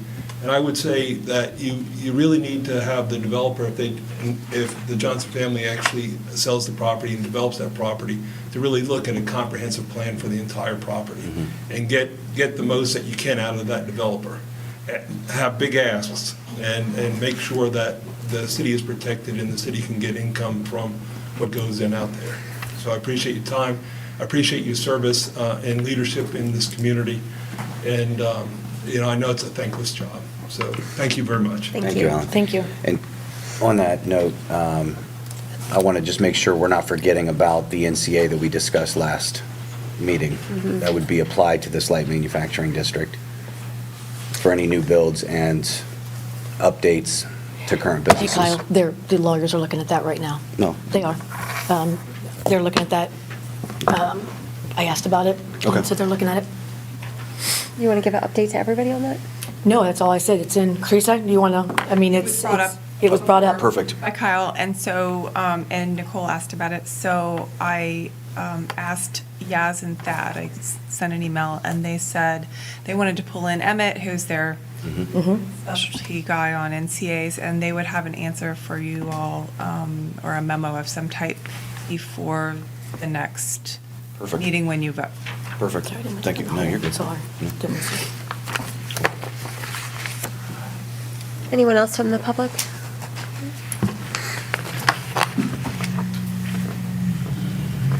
Good evening.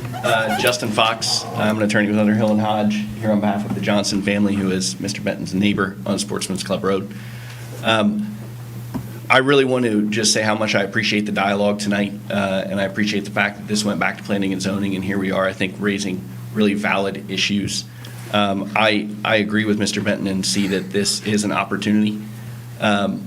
For historical context, the Johnson family has owned this property since 1979. At that point in time, it was not a part of the village, it was not a part of the city. The city came to the Johnson family and requested that they incorporate or annex into the village to receive, in that process, they would receive the light manufacturing designation. At that point in time, I think it was considered and thought that that would be an expansion of the business park. As I've discussed with you guys and as we've seen other applicants discuss in this process, that light manufacturing designation didn't really provide any true ascertainable entitlements. So it was an old and outdated text, which you all know, and we commend the city for hearing us and hearing other applicants in the fact that we think that this needed a really serious look, which it got. So, you know, I believe that at this point, we are on the right track, and I think that I'm speaking for the Johnson family when I say that too. And we'll continue to be here to engage in this dialogue to make sure that we get this right. Thank you, Justin. Thank you. Mark, go. I'm used to going last. it's kind of, you guys have all mentioned the things that I really wanted to cover, so it's already been kind of said, but to reiterate the opportunity that is available here, I appreciate the context around developing that whole entire piece. It's one of the things that I brought up at one of the last meetings, is if we can guide how the exits happen at Sportsman's Club. I mean, curb cuts is one of the big focuses that we ended up having at Sportsman's Club. How much can we actually put over there? Both of these plots are long and fairly skinny, I guess in terms of what I would think industrial areas up for, and as much as we can guide that traffic, and if somebody wants to develop the whole entire thing, I had an idea of a one way in, one way out on Sportsman's Club, so it guides everything out to 310, keeps it out of the city.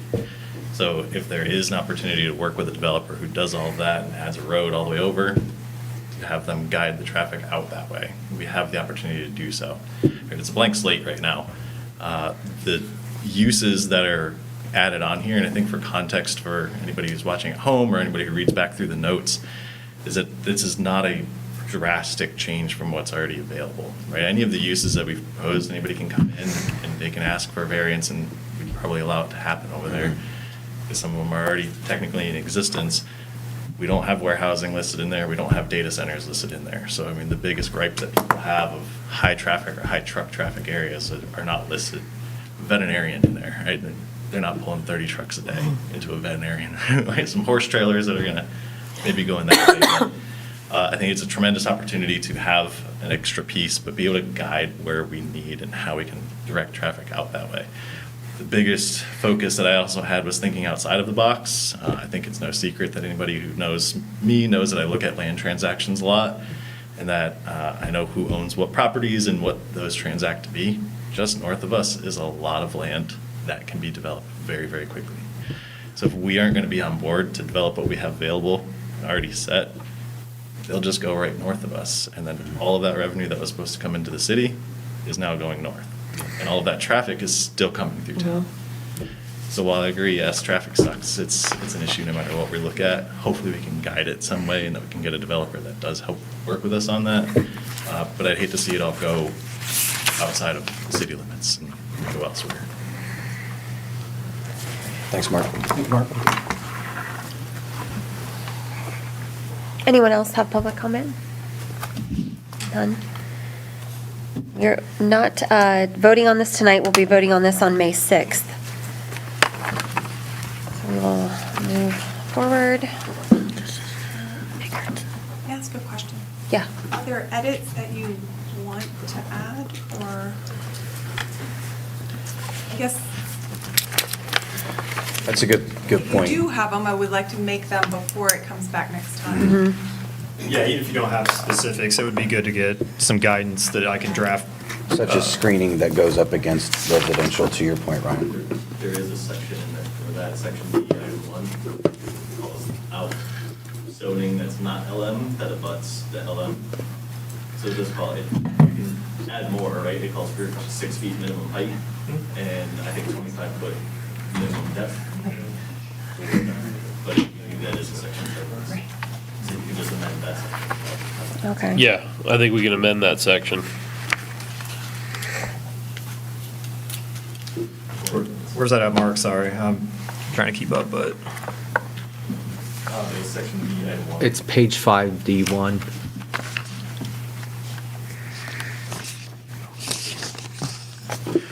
Yeah, so within that, I mean, let's see. Visual screen 6 feet in height. Yeah, so within that, you could always, so that would mean that at a minimum 25 feet away from the property line could be nothing but vegetation screening, that sort of thing. That number could be bumped up, or you could keep it at 25 feet, although it might be a little tight, but if you want to do some berming, that's generally how the other communities around here have addressed their industrial areas. Dublin's doing it, New Albany's already done it. It does take up more land area, but it certainly accomplishes more of the goal of screening, if that's what y'all are after. So if we do berming, there is a kind of a, And you can also do a combination. Some places do short berm with a fence. Well, when I 6 foot berm with a 6 foot fence, 12 foot total. Or foliage, yeah. Landscape, put foliage along there as well. That's a pretty significant, once it grows in especially, that's a pretty significant. I was just thinking about the property. I know the backs of those properties pretty well, and there's currently like a drainage ditch that goes down through there. So if we do berming, we're gonna add potentially to the volume in that drainage ditch, so. Well, that would all have to be worked out by the stormwater engineer. Okay. Like, you can't discharge off your property onto another property. That's stormwater management. kind Well, of it's 101. interesting back there, the wetland I'm sure it area is. and Yeah, and all yeah. this stuff, so. And it may be- Yeah, it's as long as something- there is a check and balance to not put water in people's yards. I like Oh, the yeah, berm, that- I like the berm idea. I like the You can berm, put- yeah. You can put trees on top of it and it's Right. 12 foot That's tall. exactly what's all around Intel. I mean, that New Albany engaged a local firm here to come up with design standards for that, and that's ultimately what it was. Now, those are on a pretty grand scale, in my opinion, but you could certainly scale that down some and have a very reasonable approach for a smaller site such as what you have up Because there. that would fix the issue Ryan's talking about, if it's a parking lot up to it, if you put a berm on the one side of the parking lot going up to that neighborhood plus trees, it's going to cut down. It will. How do we put that in there then?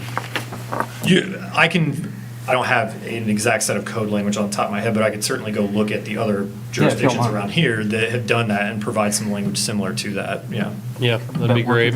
Generally, in my experience in kind of doing a cursory review of this sort of stuff, it generally says how tall the berm has to be, if there's vegetation required or not, or a fence required or not, that sort of thing, and just provide some general specifics on that as well, like, one deciduous tree every 25 feet, one coniferous tree, those sorts of things. So I can come up with some standard, or some draft standards to include in here for the Yeah. future. I don't know what that does for the readings, if that matters, or.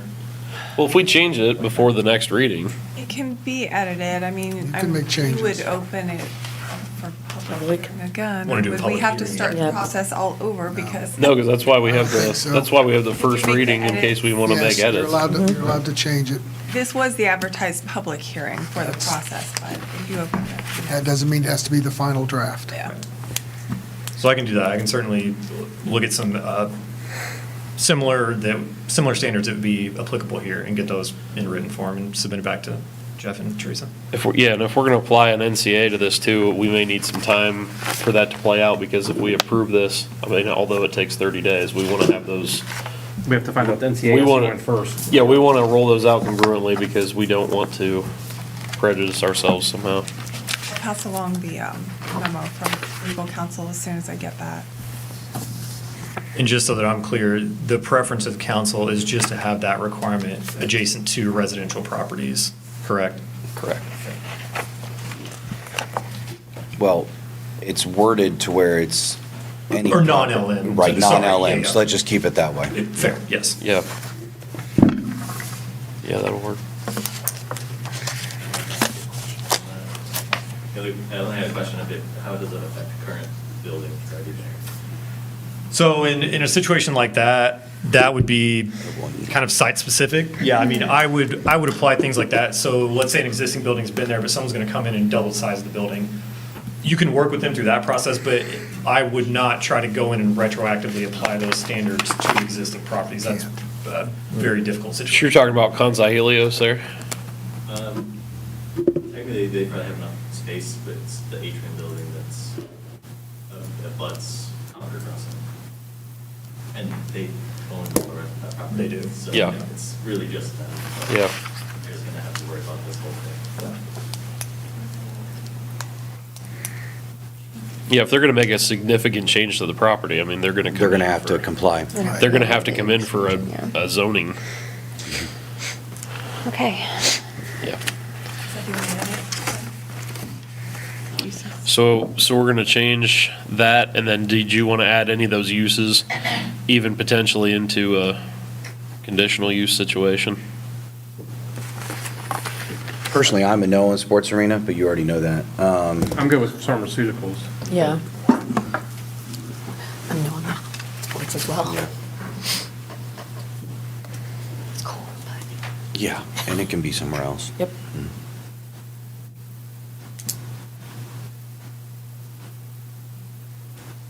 Are you looking for something? Oh, Nope. I was waiting on Do we you. want, so you said 2 no on the sports arena, no on the sports arena. I'm not a fan of the sports arena Okay, thing. so no in sports arena. Pharmaceuticals, you guys, I'm indifferent. Nikki? I'm okay with it. I'm fine with it. Pharmaceutical? Yeah. Yeah. So, And then the auto body, do we That's want to already do in anything? there. It's already in there. Oh, it's already in there, yeah. Pharmaceuticals fall under that, right? What's that? Just laboratory use, or just Oh. research and testing. That's a broad interpretation.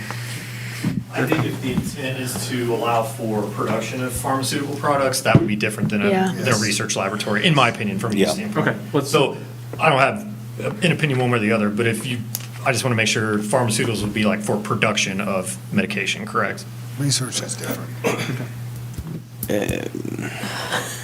And that would be subject, because I know Jack's going to say this. Well, yeah, I was gonna say that, and Yeah. any discharge out of any of those businesses would either have to be subject to pre-treatment or meet the standards we have. Yeah, I don't know if I'd want that as a use that's allowed, if it could be to one where they could come in and ask, because if it's an allowable use, sorry, Jack, I cut you off. If it's an allowable use, then they don't have to come in and tell us any type of effects that it's gonna have. No, but I would defer to Jack. I was just assume gonna, when you yeah. go to get like when they come in and start talking about sewer taps and things like that, I assume you ask them questions like, At what that point, we would want to definitely know what their discharge would be, strengths of discharge, and then we would require pre-treatment as needed. So I wanted to make sure this all still falls under that preview that the wastewater department, as well as water usage, we can meet those limitations before they come in. And Jack, do companies like that who come in who may require further, treatment in their discharge, is that something they do on their end?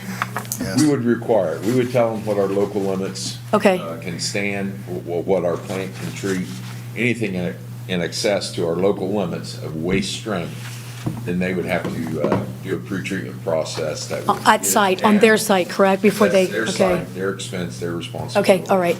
And that's common practice in my experience. Yes. Okay. If a user like that comes in. And we need to strengthen that before people come in. Those questions need to be asked up front. Okay, Yeah, we did remove that from conditional uses. Yeah. did you? The pharmaceuticals? Yeah. I was gonna, and Yeah, I would that's say what we about to did, I would say say, yeah, I forgot, we actually removed that from conditional If uses. that's, I mean, if that's what zoning wishes, then I want to stick with what they wish. Yeah, it was conditional use and said pharmaceuticals, general pharmaceutical products, cosmetics, and toiletries. I just didn't think it was very beneficial, but I'm fine bringing it back. And I just conferred with Jeff. I mean, the whole principle of this, even if it's not listed, they can still file for a variance. Yes. Yeah, For So, conditional use. Right. So I'd just leave it off and if they, we'll leave it on as a conditional Just use, is leave it what on you're saying. conditional, Right. yeah. I would rather do that. than I as- agree with Kyle. Yes, as reverse of that, you can't? as I said, as reverse of that, it may be an approved use, but they still have to meet the waste limits. Absolutely. Yeah, that's two different standards.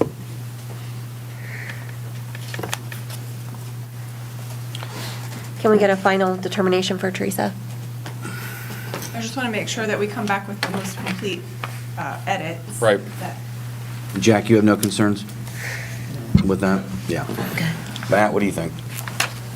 I'm okay with it. Okay, Donnie? Yep. All right, Brian, we know you're good, Tiff? Yeah. All right, then, let's do it. So just to confirm, bring back pharmaceutical production as a conditional use. Yeah. And develop some standards for Yep. mounding, burning, that sort of thing. Okay. Cool. Thank you. Oh, we already closed. So, but sports arenas, I know that but if it was like a sports-related something, they would just come in for conditional, like, most of the chillers are built in those kind of industrial parks. A lot of was a golf simulator, something that could go back there. Things that are actually making money that are our business, that could attract more people. one of the issues that when we tried doing the neighborhood routing through there originally, they don't like a lot of commercial or car traffic. And I Like wonder parking if, and stuff. yeah, and I wonder if having something like that would have more people drive, like, people who aren't used to being around trucks driving back there and Yeah. having issues. Just curious. No, thanks.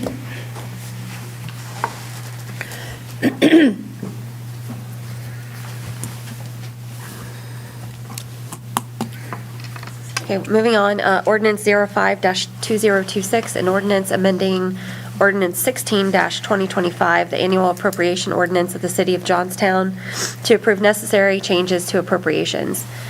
First, we're going to make a motion to waive the second reading. Make a motion to waive it. I'll second. Sorry, was that Mr. Barnard? Yes. Motion and Kyle? Donnie Barnard. Yes. Brian Green. Yes. Mayor Hollis. Yes. Kyle Cook. Yes. Nicole Shook. Yes. Matthew Huggins. Yes. And then this is a change that was brought to us by Finance Committee tonight. Yes, so what it is we are a pass-through for engineering services. The money comes to us, then we pay it immediately out. These are basically like an escrow account. So our budgeted was it $80,000 for this? And this year, we've already brought in north of 400? Yeah. North of $400,000 in engineering fees. So to correct this account to handle anything else that comes through with these engineering services, they've elected to take this up to $800,000. Again, this is no revenue for us. I wish it was. This is just us bringing the money in and paying it right out. Yep. And the plan is to set up an escrow fund, because it actually increased, it looks like we're receiving the 800,000 in revenue and expenditures, so if we pull that out of the general, because it's going through the general fund. So the correct way, I think, in the future to pull that out, set up a separate fund.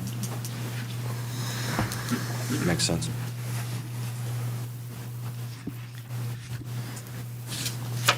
Would someone like to make a motion?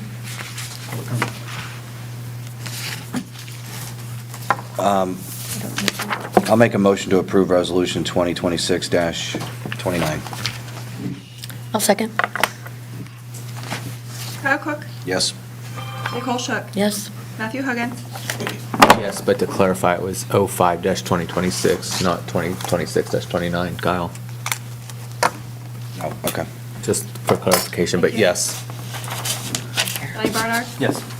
Brian Green. Yes. Mayor Hollis. Yes. Look here. Got it.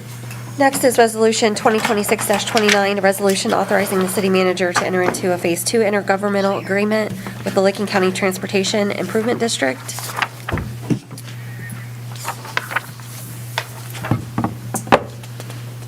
This, Probably Dave DeLandy. Yeah. Yeah, this is additional fees as far as for the study.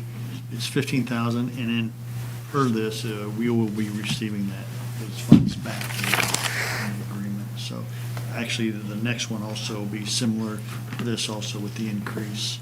We're fronting the money, and then we'll be replenished. Are both of them, we front the money and get the money right back? Or is the second one different? The second, well, We'll get, we'll just wait, Tom. I'll save my question for that one.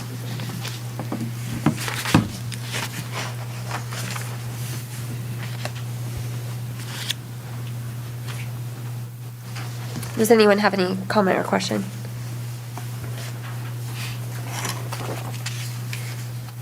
Hearing none, what is the will of council?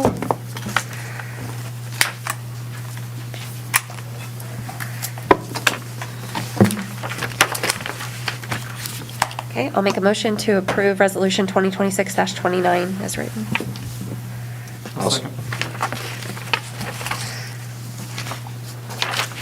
Did I miss a second? Donnie. Donnie, okay, sorry. All right. Mayor Hollis. Yes. Kyle Cook. Yes. Nicole Shook. Yes. Matthew Huggins. Yes. Donnie Barnard. Yes. Brian Green. Yes.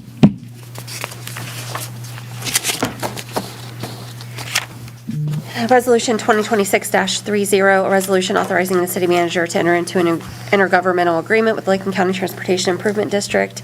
Same thing, different. yes, roundabout. Anyone have any questions or comments? Yes, is there this one's asking, is this one we get the money and pay it out?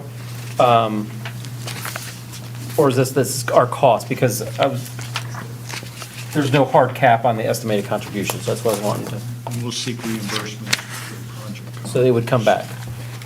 Okay, but we're not gonna get too far over our skis, okay, just wanna make sure.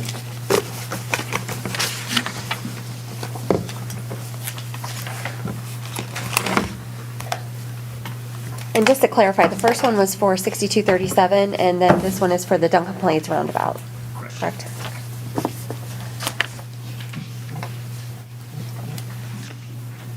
Does anyone want to make a motion?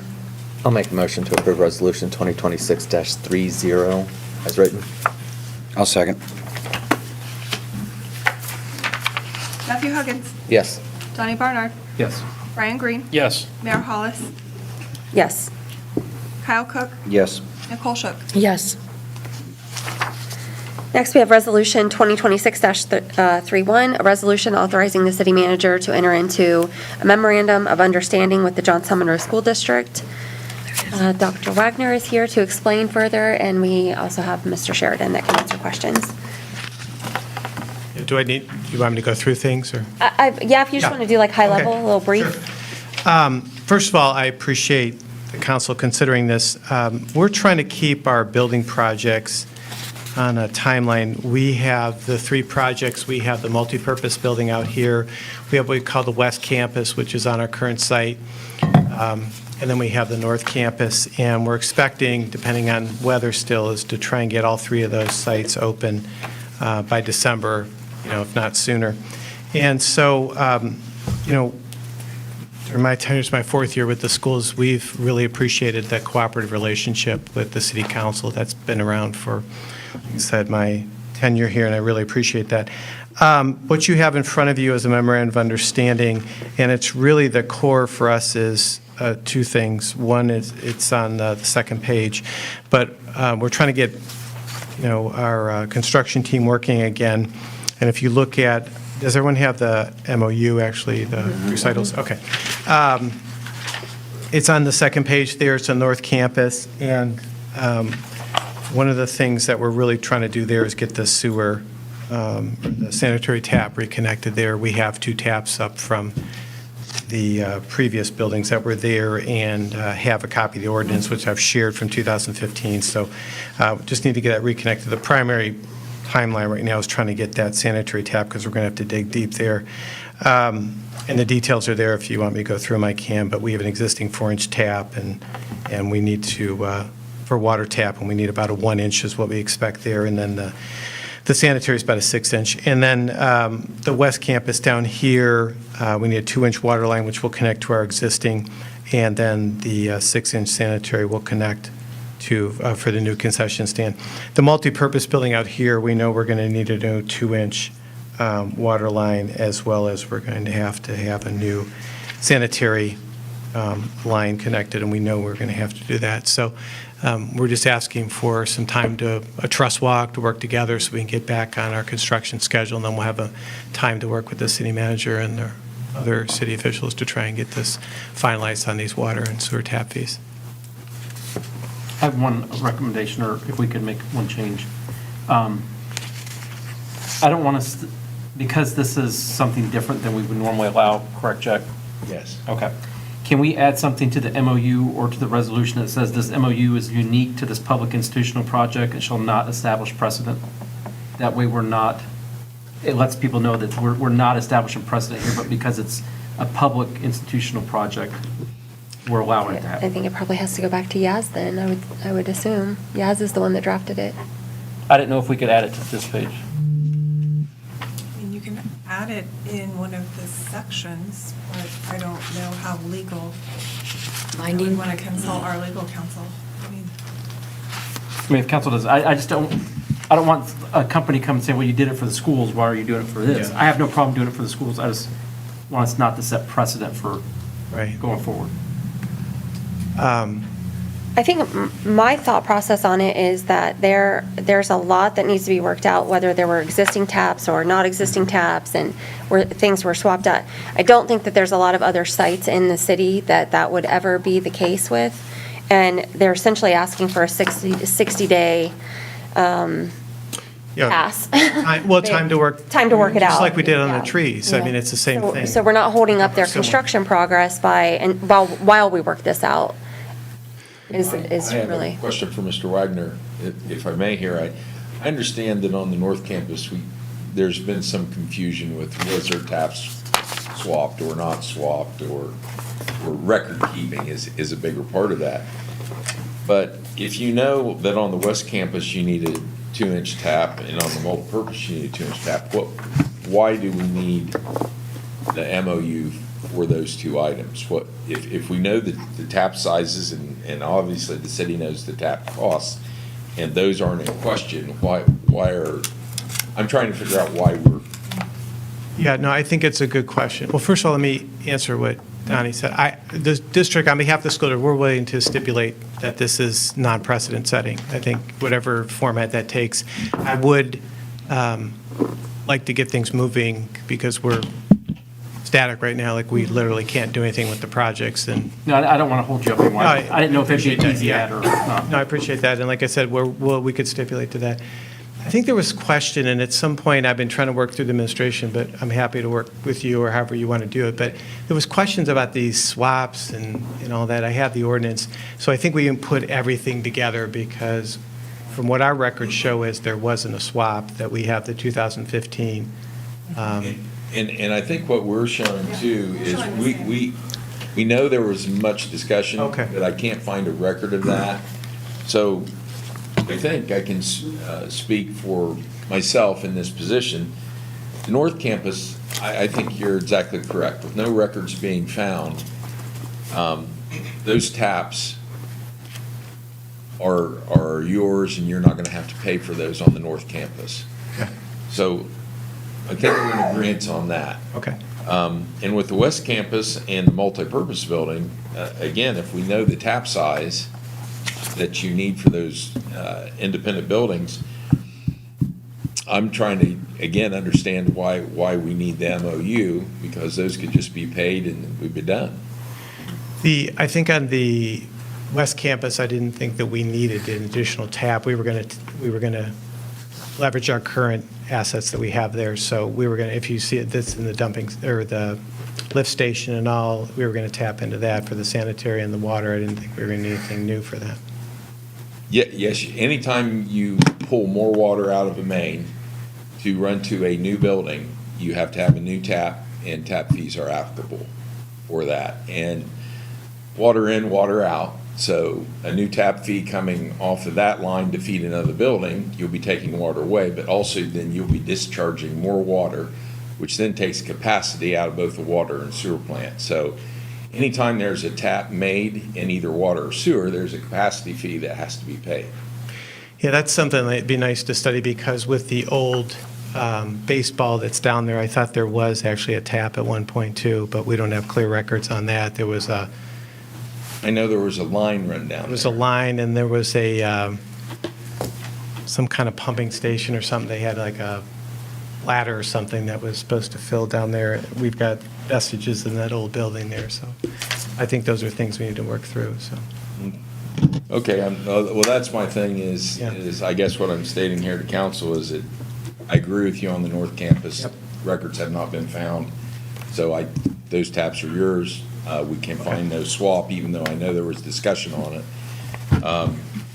But in my view on this, the West and multipurpose both are requiring new taps to new buildings, and those tap fees are applicable.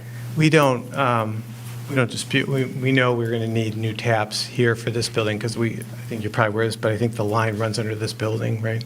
The water line, I believe, runs under this building anyways to feed it, or one of the lines. It runs through here Yeah. sometimes. So we know we're going to need new tap for the multipurpose building, that's not a question. Yeah, so you have one tap that's here on the site.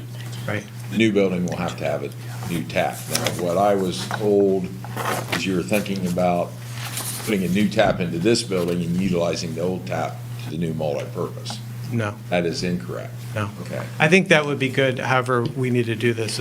I think this window would allow us to kind of work through some of those things, because, not revisiting the history, and it's not my history, but I know there was some, what went on with the tap fees a little bit in the past. So I think it's good that we can clarify, like, this is where we are, especially with that North Campus right now. So we're willing to, again, work with the city. The main thing, I'll tell you honestly, is that North Campus. I mean, that's the thing, and it's really the sanitary, because we have to go so low. So we're trying to, that's the biggest thing right now, is trying to get that North Campus, and then this is lined up. And then there's the whole economies of scale, like we're trying to get trying to leverage our earth moving equipment together. The West Campus isn't as timely. I mean, there's some time there, so. I mean, you tell me however you want to do it. we'll work with whomever. Okay. You, Jack, I, appreciate your history and be happy to work with you on that. May I make a suggestion regarding establishing a precedent? Rather than modify the language in the resolution or the actual agreement, simply state for the record that the council and mayor wish to make it clear that this agreement is not to establish any precedent as future taps. That way, you don't change the legislation, but you make it clear the city's position. Would that work? Yeah. Does anyone have any other questions or comments for Dr. Wagner? Hearing none, what is the will of council for Resolution 2026-31? Make a motion to approve is written.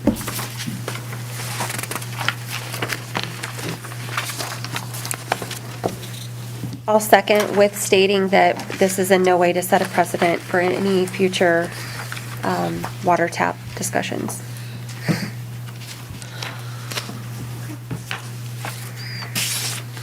Brian Green. Yes. Mayor Hollis. Yes. Kyle Cook. Yes. Nicole Shook. Yes. Matthew Huggins. Yes. Donnie Barnard. Yes. Yeah, we appreciate the support. Thank you, Dr. Wagner. We'll work with Mr. Liggett and, keep you updated and council, okay? We'll get it worked out. Yeah. Thank you again. Yeah, Thank you. Next, we have Resolution 2026-32, a resolution to initiate an amendment to Chapter 1165 of the city's codified ordinances. I believe this pertains to the planned district. Jamie, do you have?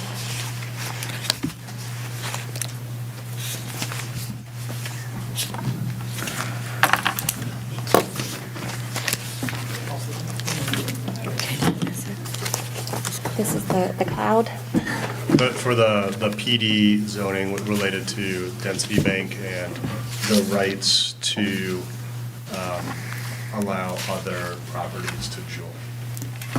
So I think there's a couple code revisions, and one is we would be slightly altering the plan development rules so that other applicants can join the plan development.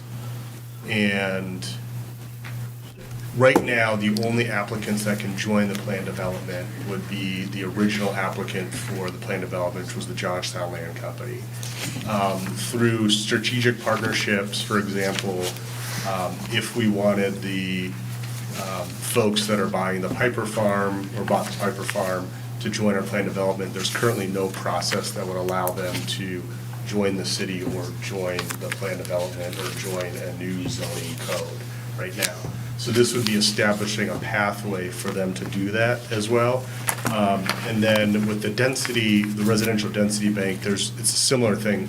By doing these code revisions, the city would not be making any commitments to it, but it would just be establishing a process at a time to later identify a location for residential density, at which time the city would have complete rights to approve or deny a location, as well as approve or deny site plans, the architecture, all similar things. It's just, we're just trying to establish a process in which gives us some optionality on the planning process. So.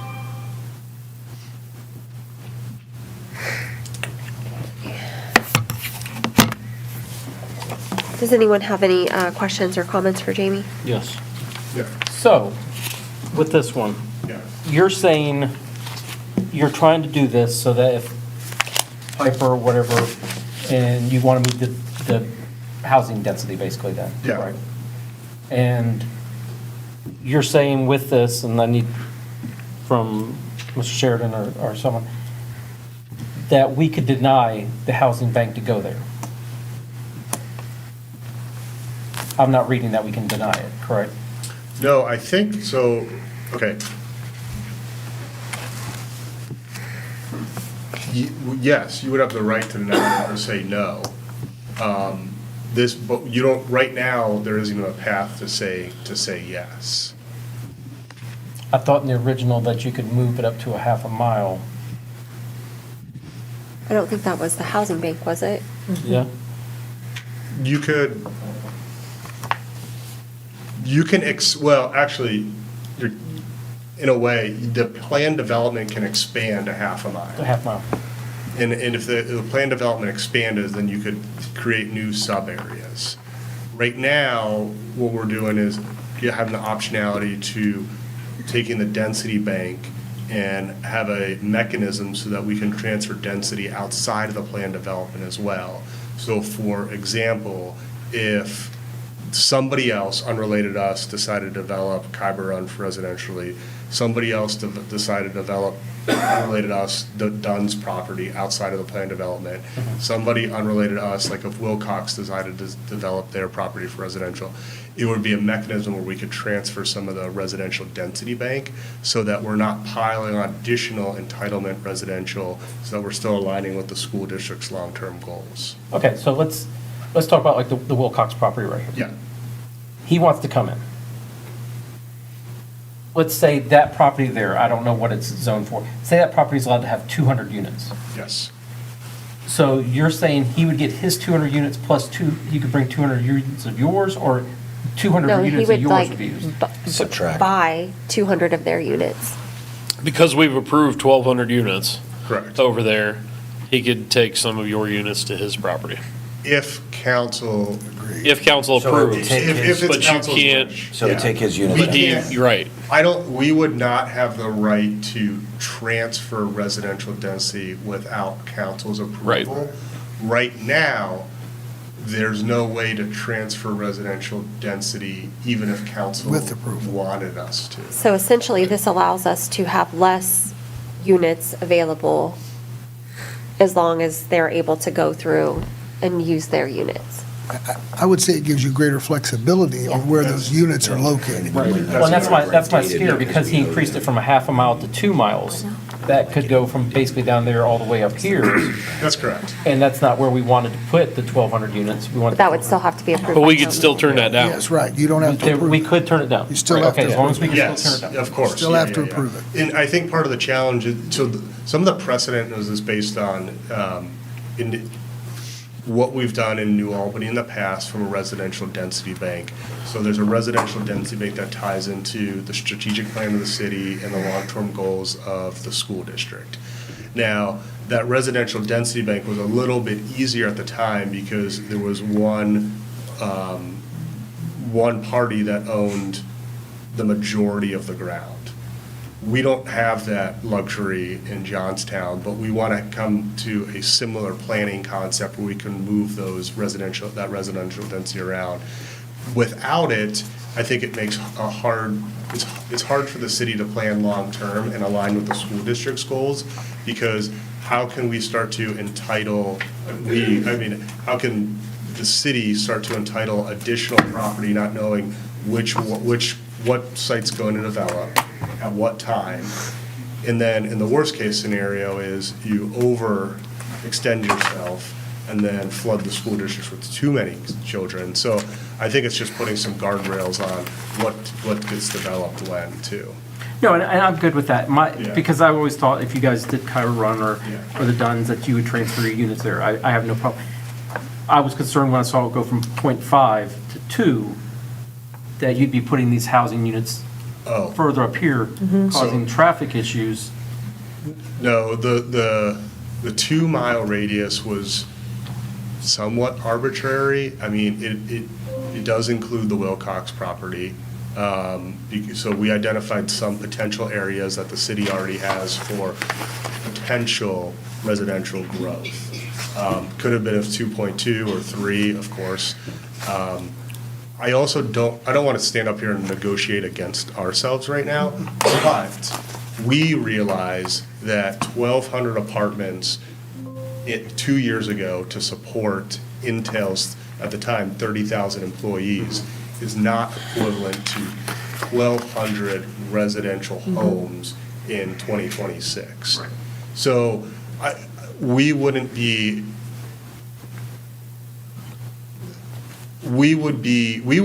mind having, whether it's a formal mechanism or, I think it's actually probably the city's benefit to leave it a little subjective, but at some point, trading units where let's say, two apartments are worth one single-family home because they have the same impact to the school district, or a similar income level for income tax too. So that's, I mean, And that land bank is, or I'm sorry, housing bank is, that's something that's still negotiable for us to say how many apartments equal one home. Is that correct? Or Yes. Yeah, that's yeah, still yeah. negotiable for us to do that? yeah, and I don't know. Or us, I mean, Correct. right. Because everything's still subjective and so negotiable, and we're just trying to future-proof this, I don't know if it's necessary at this point to necessarily quantify that exact trading amount. Yeah, Because, I understand that, but it's still on the table to negotiate that. of course, I think the power's completely still in the city's, council's power to approve or deny. This actually in a way gives you more power over the units. More opportunity. Yeah, exactly. Jamie? Thank you, Chair. And it also gives us the ability, sorry, Matthew. No, you're fine. You have another question? Yeah, just a real quick. So is this just a simple house cleaning, or have you already been approached for units?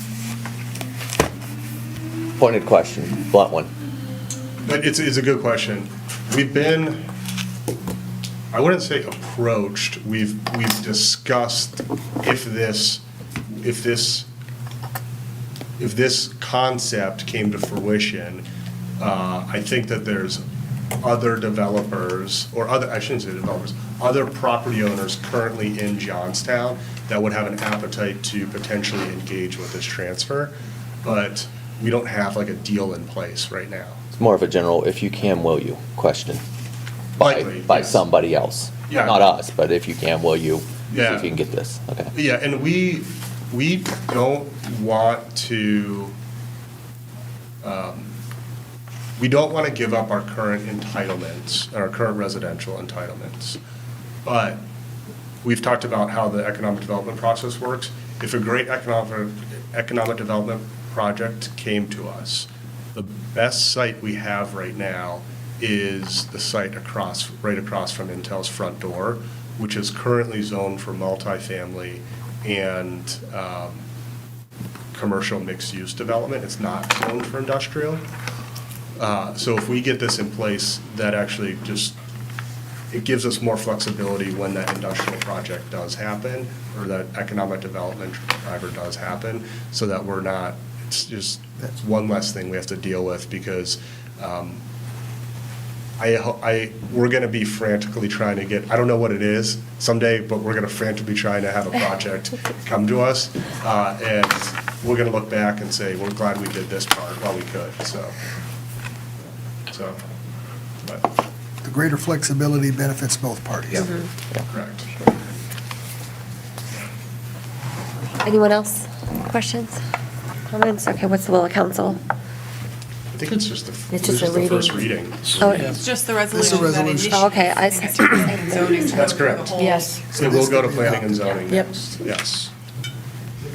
Yes, this doesn't change any text tonight. So, Oh, you have a comment? Yes, yeah, sure. Yeah, sure, absolutely. Mine says vote. We've always enjoyed a good relationship with planning. The one caution I would say, just hearing this today, is I'd like to know the impact of all this, generally for the city, but also for the schools. When we agreed in the past, the school board did, to the 1,200 units, that was due to a study, and because of the products that were offered, our study showed about 60 or 70 students out of that 1,200.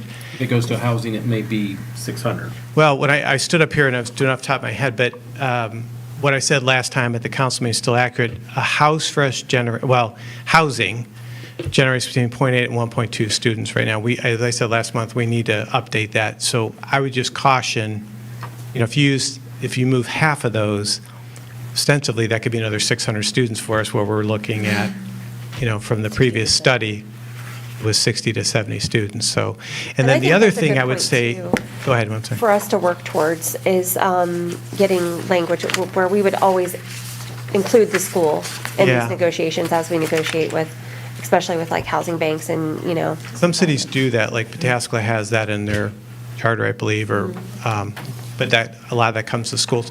Here's the other thing I would tell you too, like, let's just say arguably you take 1,200 units and you spread it out across the city. That can have transportation implications for us too. And you have to, we'd have to think about that. We want to study that as well too in terms of busing and routes for us. Right now, to add a bus route typically is at least $100,000 a year, sometimes upward of 200, depending how far we're traveling and all too. So, there's just, and those carry through a forecast. So we'd really like to have an impact or look at an impact of that, so. Okay, yeah, I agree. Thank you. Could I speak also? Sure. Just real quick, if you don't mind? Yeah. One thing else I think that you would need to consider is that these transfers are going to be a revenue-generating thing for the person that's transferring these housing units to it. So you basically need to look at what they're planning on doing with the property. So the property that was initially designed to hold these units, they're going to turn that into something else that has more value. So then they're going to also sell those housing units to another developer, right, and generate profits off of that. So you're really putting that other developer in a hole because they're going to have to pay for these housing units. So just be aware of all the nuances, and I'm not a developer, okay? But I've worked somewhat in this area over the years. And there's always a rationale for what they're trying to do, and just make sure that we are protecting the schools in our community and what's happening, because they're going to try to get as much as they can for the property and for what's been allowed. And just please make sure that you protect all of us. So thank you. Thank you.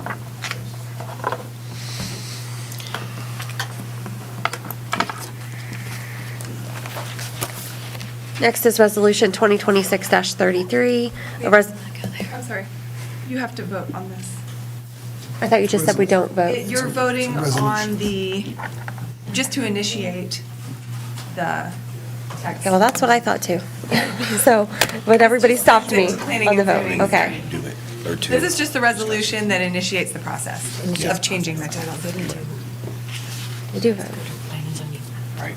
So you need a motion. Yeah, I'll make a motion to approve it as written. Council, we should have made a motion. Okay. I'll make a motion to approve as written to send it down to Planning and Zoning, Resolution 2026-32. I'll second. Okay.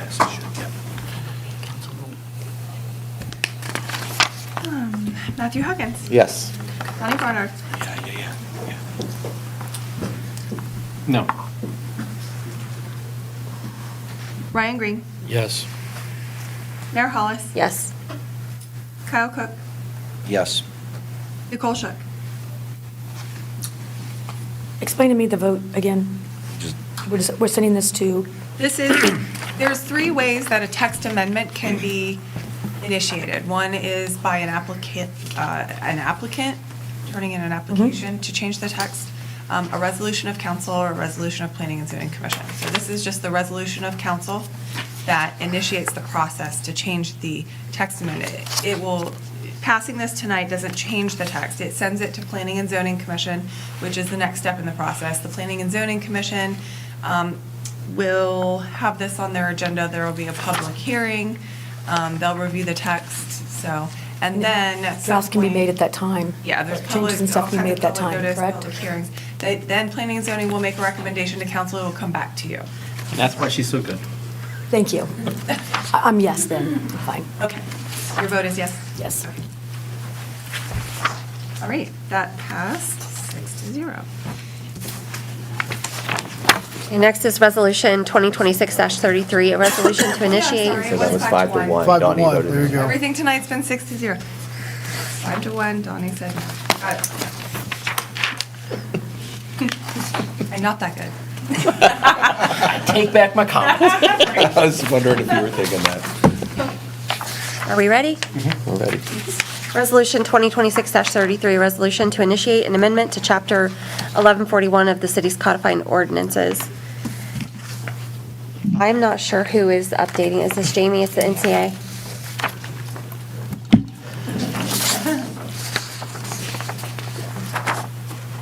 Your turn to get your steps in, sir. I know. Yeah. No, sure.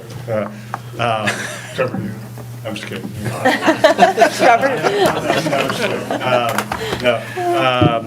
Okay, so this is the one NCA, I think this is being initiated by the city,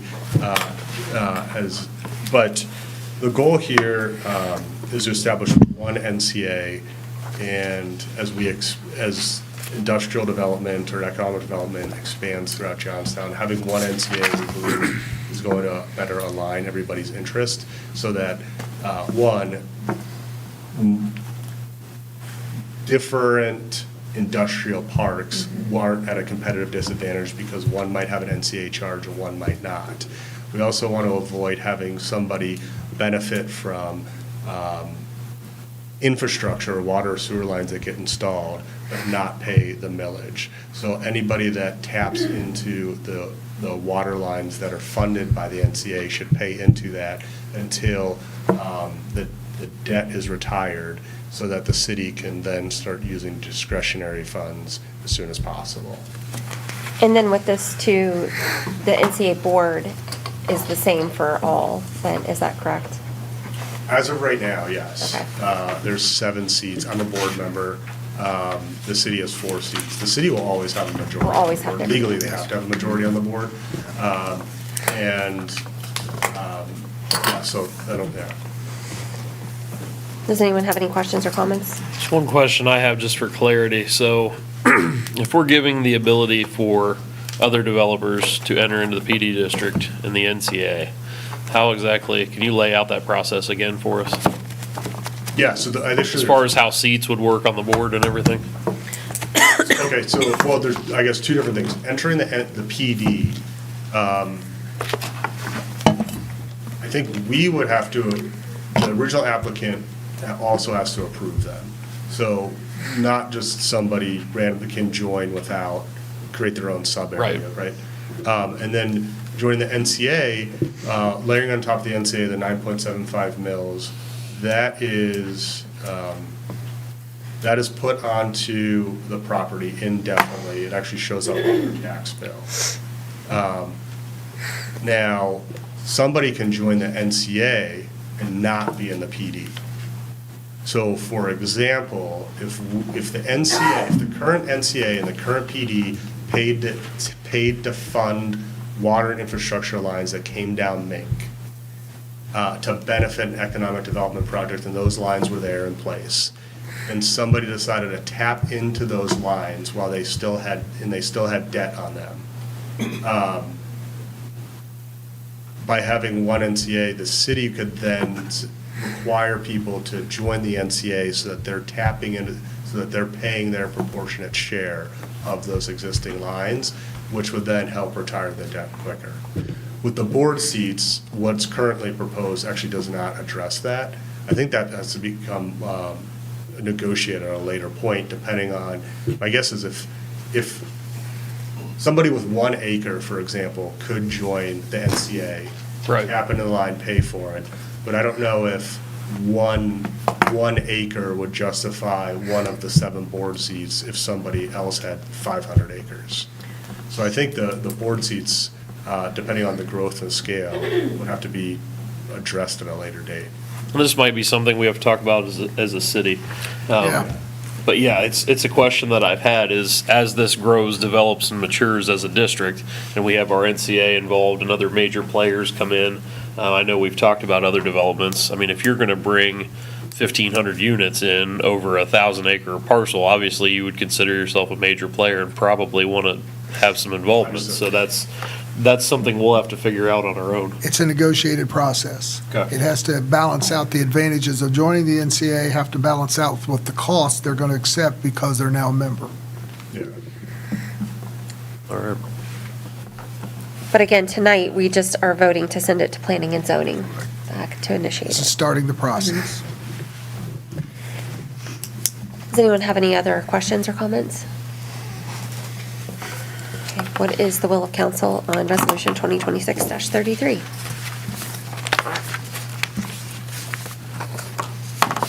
I'll make a motion. I'll second. Brian Green, Yes. Mayor Hollis, Yes.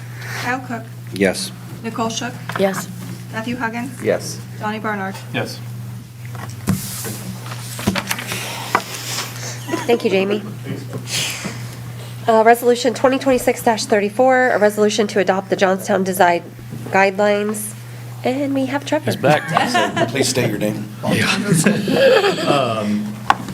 So again, to continue the conversation earlier, this is simply the resolution that will adopt the design guidelines that go along with the Chapter 1187 ordinance revisions that were adopted earlier. So the document that's in the agenda packet would be basically what is adopted and will be used by the design review board and staff moving forward. So with that, again, happy to answer any questions, but keep it brief for the time being. And this goes into effect May 21st, along with... With the Chapter 1187 edits as well, yes. Anyone have any questions or comments? Anyone? What is the will of council? I'll make a motion to approve. I'll second. Kyle Cook, Yes.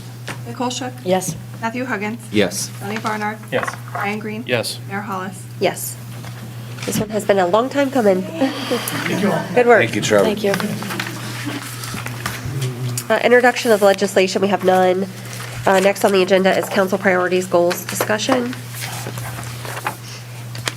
Briefly, I'm going to pause there. If anyone wants to leave at this point, there's not a lot left on the agenda, but you're welcome to stay. But if you're snoozing and want to leave, now's the time to do it.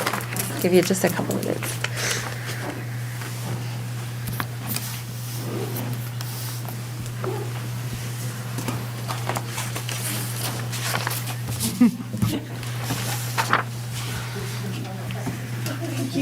Thanks, Trevor. Thanks, Trevor. I get while the getting's good.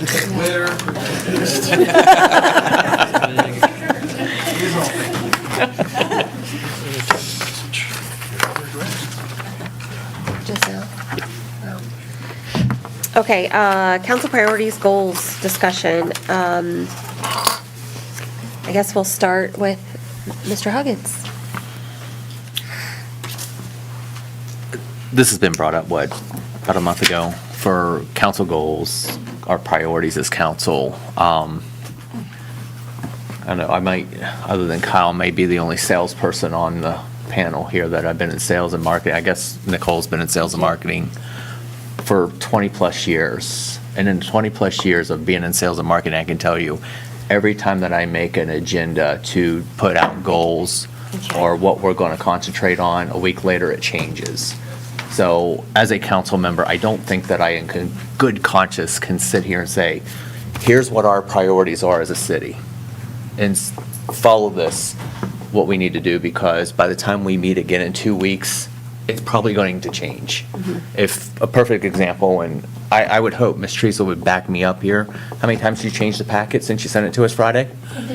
Like 12. Like 12 times. So that, I mean, I Since guess, Friday. I guess it does, what I'm saying is I don't think we need a huge discussion of what council priorities are. We're elected to help run the city with the support of everybody in the city. So I don't think we need to really sit down and nail down a priority list for city council. Just my 2 cents.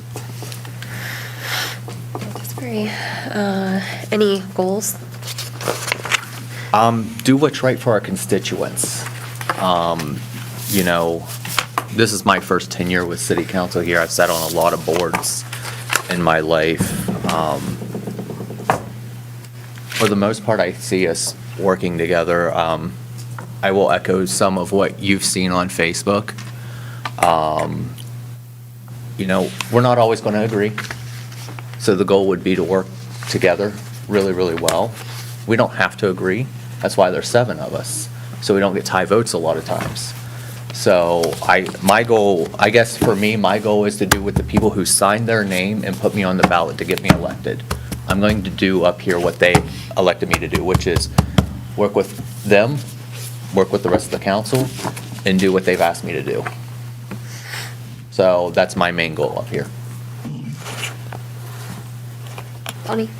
In talking to Mr. Sheridan, I think as a city manager, he needs to know what his priorities are and where he gets direction from. Is it just from, say, the mayor, me? What is his direction on a daily basis? What should his priorities be in these 2, 3, 6, infinity number of months that he'll be here? And that was my thought on this, is to give him some guidance on what our priorities are as council. Is it, the old council, it was sewer and water. That's obviously changed. So what do we want him focused on? I've noticed, like, in his reports that he's going through personnel files. Is that something we want him spending time on right now, or do we want him looking at economic development? What does the city want him to do at this point? And I think we should give him the guidance of where to go. That's our job as council, is we give him the guidance, he takes our guidance and runs with it. Is that correct? Yes. So that was my thought of why we should do this tonight, is because I don't feel like he's got the guidance right now. Have you given him a task or asked something of him that he's not been able to complete? No, or because that's gotten not back my to? job. It's all of council's job to give him a task. It's no council member should give him a task and say, go do this. It should be the will of council. So that's what does the will of council want him to do right now? In my opinion, as a seasoned city manager, I believe he knows that job, and that's why we hired him to do the job and prioritize what is important. And it is his job to oversee staff and personnel. I agree with That has to be a I'm part not of trying it. to be And confrontational with you. I'm not either. I'm just saying, so for personnel issues, if that is an issue, personnel, he absolutely has to. He has to get to know the staff if we're going to expect him to oversee it and, do day-to-day What should be his number operations. one goal? What should be his main focus right now as a city manager? I think that's a hard thing to nail down. But where should we want him to put the majority of his time? I get your question. I'm just saying, I think it's a hard thing to nail down. I mean, the reality is that, when we all met with him individually, I think we all gave him guidance on that front. Exactly. And, in my meeting with him, I said money. Roads and revenue are where I'm at right now. We need our roads fixed, we need revenue coming in. So what are we missing? What's out there other than OPWC? What kind of grants are we overlooking? And I know grants you need to match and stuff like that, but what else are we missing economic development-wise? So, I mean, from that front, I know we had that meeting and already discussed it, but to your point, that's where Because I would if want. you say, if your idea is revenue and roads. But I also and he need the doesn't do day-to-day, that- I also need the day-to-day done too. Right, and I agree, but if you say revenue and roads and he doesn't do that, are you going to grade him wrong that he didn't do what you want him to do when all the rest of the council said they want to do this? That's what I'm trying to do, is who's guiding him on what he should do on a daily basis? I mean, if you don't need that, Mr. Sheridan, I want you to tell me. No, I believe this conversation stems from the follow-up email I sent after trying to meet with each of you and having a conversation, just to say, give me your top three. Give me some bullet points, and it's less of, this is how I'm going to spend my time, and more, I want to make sure I'm not missing something. So, Do you feel the marching orders that we all gave you were too broad or all over the place, or No, do you need us to narrow that scope? no, if my reports to you don't have any significant omissions, if there's not something important that you haven't seen come across one of the blurbs in my weekly report, then we're on the same page. The biggest, certainly having priorities and saying 1, 2, 3, whatever, that helps. But it's more, am I missing something? Is there a problem? Is there a project that needs greater attention? Because I haven't seen it in any of your reports. That's what I was trying to capture. Let me ask you. Sure. Being the seasoned city manager that you are, That's a nice way to put it, sure. I didn't say old, I said seasoned. I said it was a nice way to put it. I appreciate it. So after you've been on the job for, a month? Month and a half, Month and a something like half? that. Okay. What do you feel from the feedback and what you have, the meetings that you have attended? And what do you feel is your top, you feel the city's top 5, 6 priorities are at this point? I'm not putting you on the spot, I'm sorry. No, I'll give it a shot. Okay. Dealing with the development we know about and putting the city in place to take advantage of it. Being prepared for the development we anticipate, but we don't know exactly what form it's going to take.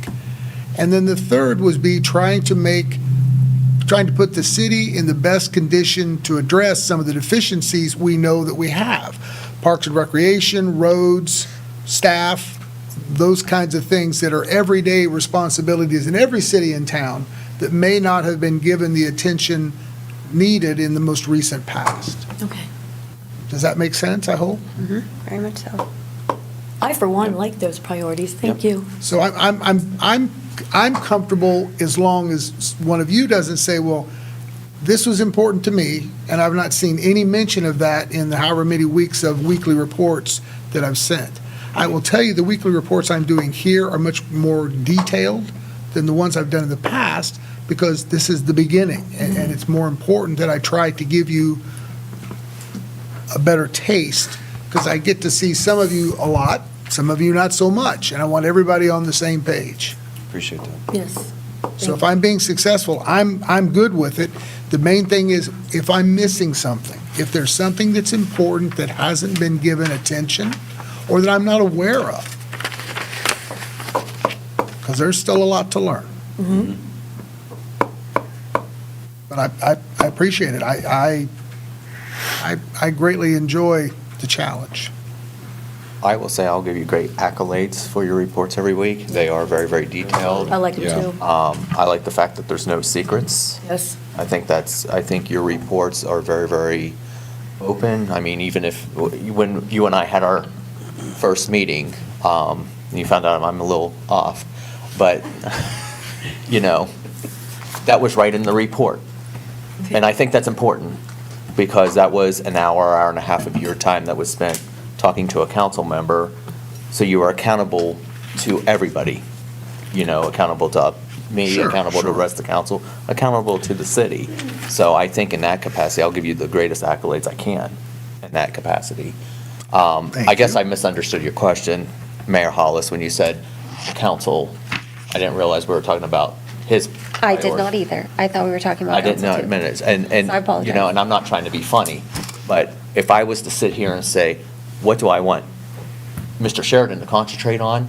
I can sum it in 2 words, and you just reverse what his title is. Manage the city. Well, it's 3 words, but manage the city.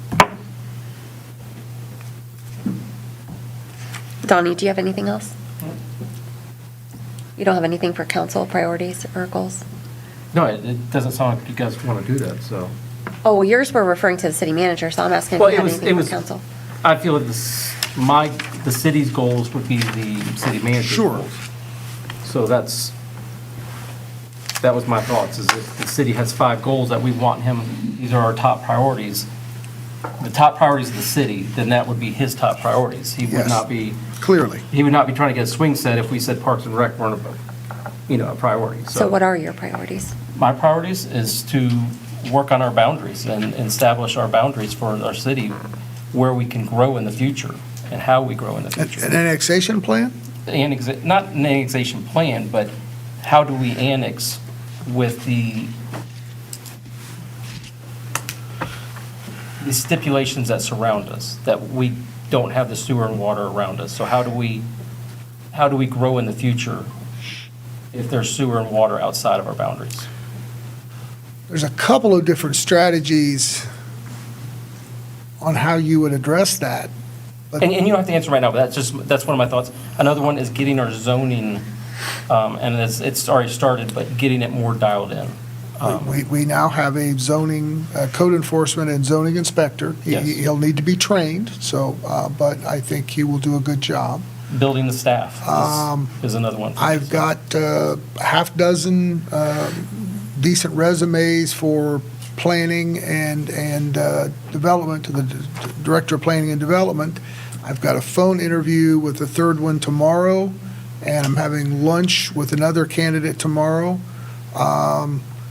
I would hope before my initial interim tenure is complete, that I would have a candidate to present to you as a recommended hire. And then my fourth And one. it can't come soon enough, from my perspective. I'm sorry, I didn't mean to And interrupt you. then my fourth one is just, this is something for me that I think the city needs, is someone who seasoned, I don't think someone came up with that first, but being a seasoned person in this role, and seasoned city manager, I'm sorry, what have you seen in the past that we need to implement in Johnstown? What have I seen in the past? And I'm not asking you to answer that right now, these are the the 4 goals that I would have.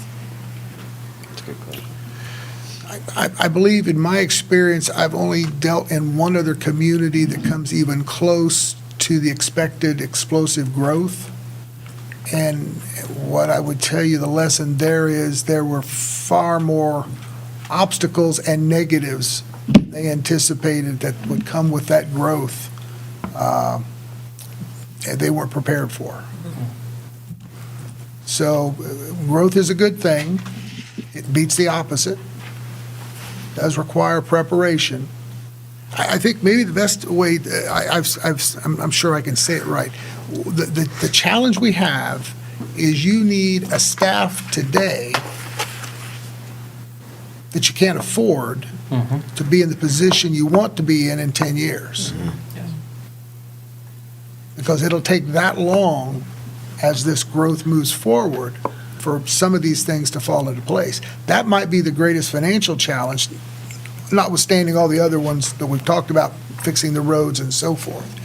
But really, that's if we can find a key to that, you're halfway there. Can you imagine what your staff will need to be, what you think Johnstown will look like in 10 years? No. I don't want to think about it.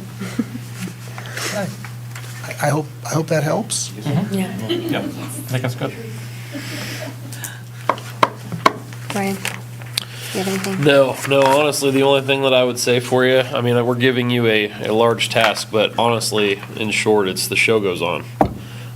We had changes, we moved people around, things happen in life, but Sure. the show goes on, so. Always does, pick whether up you the like it ball or and- not. Pick up the ball and run with it, with all the plates that we had spinning before.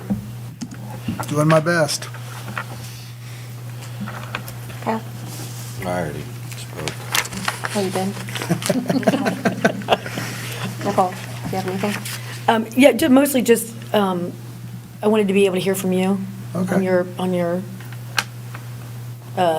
priorities that you've kind of seen in the last month and a half, and I think my written, based on your experience in Yeah. other cities as well, not that, my biggest things are like organizational stability and continuity is a big one.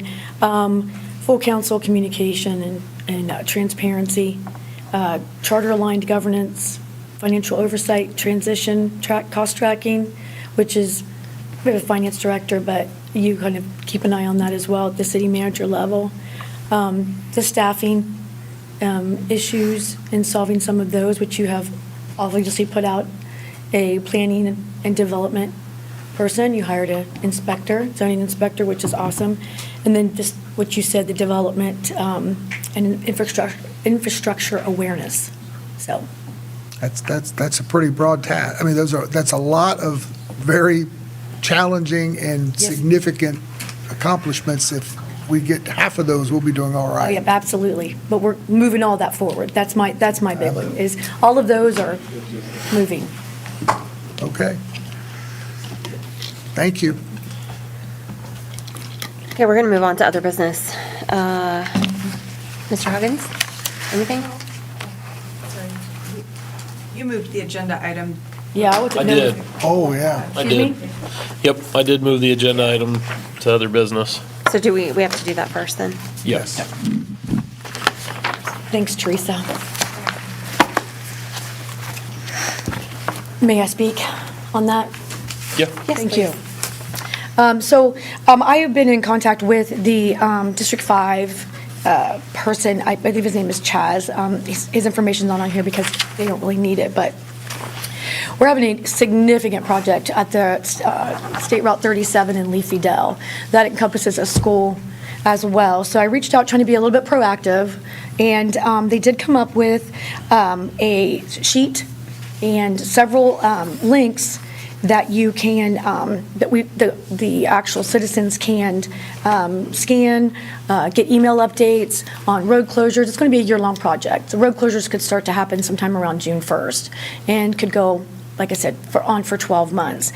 And they were so nice to put out a project fact sheet and also QR code to be able to sign up for emails for alerts. I know that every Thursday they will update for the following week. So I wanted to make sure that everybody had this and then get council's input on where and how we should get this information out to the public. I know that we have an HOA over there. There's two, but one of them has an active Facebook page that can definitely benefit from School would be this. good, too. I already gave it to Dr. Wagner with the school. I gave Rusty one, and I gave Jack one as well. Can you email that document to me so I can post it on our Facebook page? Thank you, I will. And I'll also, yeah, is there any other will of council here for where they might want to put this out? The more people who have it, the better off we are with. So this was something that we've been talking about in safety and service and working on. So what was the reason for circumnavigating our safety and service committee on this? I just live in Leafy Dell, and I wanted to be able to offer something to the people here. I could ask you the same about circumventing the Economic Development Committee and the meeting that Tiffany and you had on Friday with developers and That wasn't Monroe economic Township development trustee. related. I think the library would be a good spot to put it too. Thank you, I appreciate that. So I agree, we do need to get this information out. This is something that we have been, both projects, we've been talking about in safety and service. And it's something that I brought up in the last meeting of, we need to get better at getting this information out about traffic and things like that, because we've already had one project over here that caused significant traffic concerns without a lot of updates. So it's something as a city we do need to get better at, and it's something that we've been working on. Where there's any billboards, bulletin boards when you walk in, so Troyers and stuff like that might be a good location. Teresa? I do have an alert, a traffic, in the text alerts that I sent. Oh, yes, yeah. There is a traffic one that people are signed up for, so I can put it there. Yeah, It I would think. be it would be text information, so. Any of these road projects that we have, and this is something that we've been talking about, any of them that we have, even if it's something infrastructure related that's not necessarily our city working on, if we could definitely get things out like that, talking about the timeframes, anything that we have that comes in on the permit, I think we should get that information out.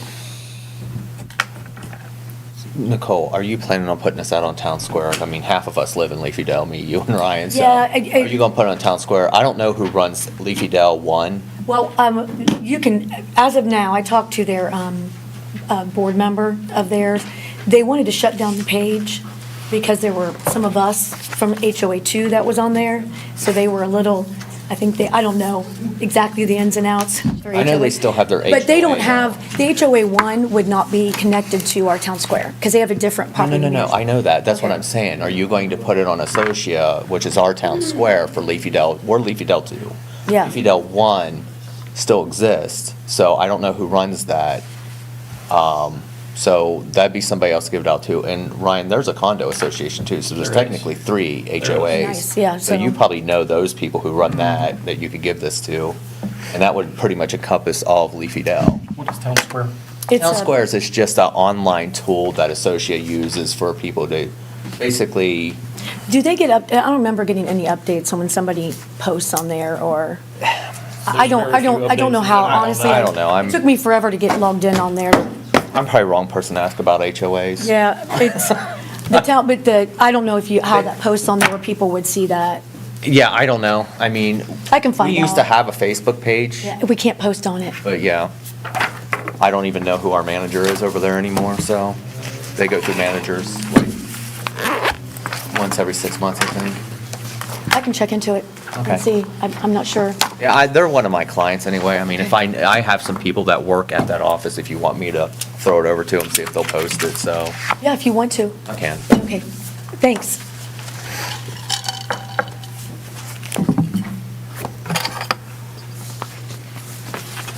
Anything else with that? I have one other thing, not with this, but I'm sorry, will we go into other business now? No, you can go ahead. Okay, thank you. Just so, Teresa, I'm gonna not put you on the spot, but I think I'm gonna give you a kudos for having to change that 12 times at this time. It currently states in our council rules that we are to have the agenda items to Teresa by Wednesday, by end of business day for the following Tuesday meeting. And I don't think it's, I think we're all grown up here that we don't need any kind of like the mayor doesn't have to text us all or whatever. I think if we have those in by Wednesday, it gives Thursday a time for people, for Teresa and the mayor to write the agenda, get it correct. If they have any questions or anybody forgot and wants to add something. So I think the goal is to try to have the agenda published on Friday by 3, so Teresa can leave by 5 like everybody else. I know she's left 6:30, 7 o'clock, 7:30 on some Fridays before the meeting, and I think we need to really be cautious about the stress we're putting on our staff. And so as a council as a whole, I'm not blaming anybody. I'm just saying, as the council as a whole, I think we can do a better job at making sure that we get that information to her. And council rule states it, that we have to have it in Wednesday by end of business. So. Just trying to get you out of here at 5. Yeah. Okay, on a Friday. Nobody wants to be on work at Seems like 7. Friday sneaks up on everybody. It does, and I just think if we get in the habit Me too. of doing that, I think it will work out a little bit better, in my opinion.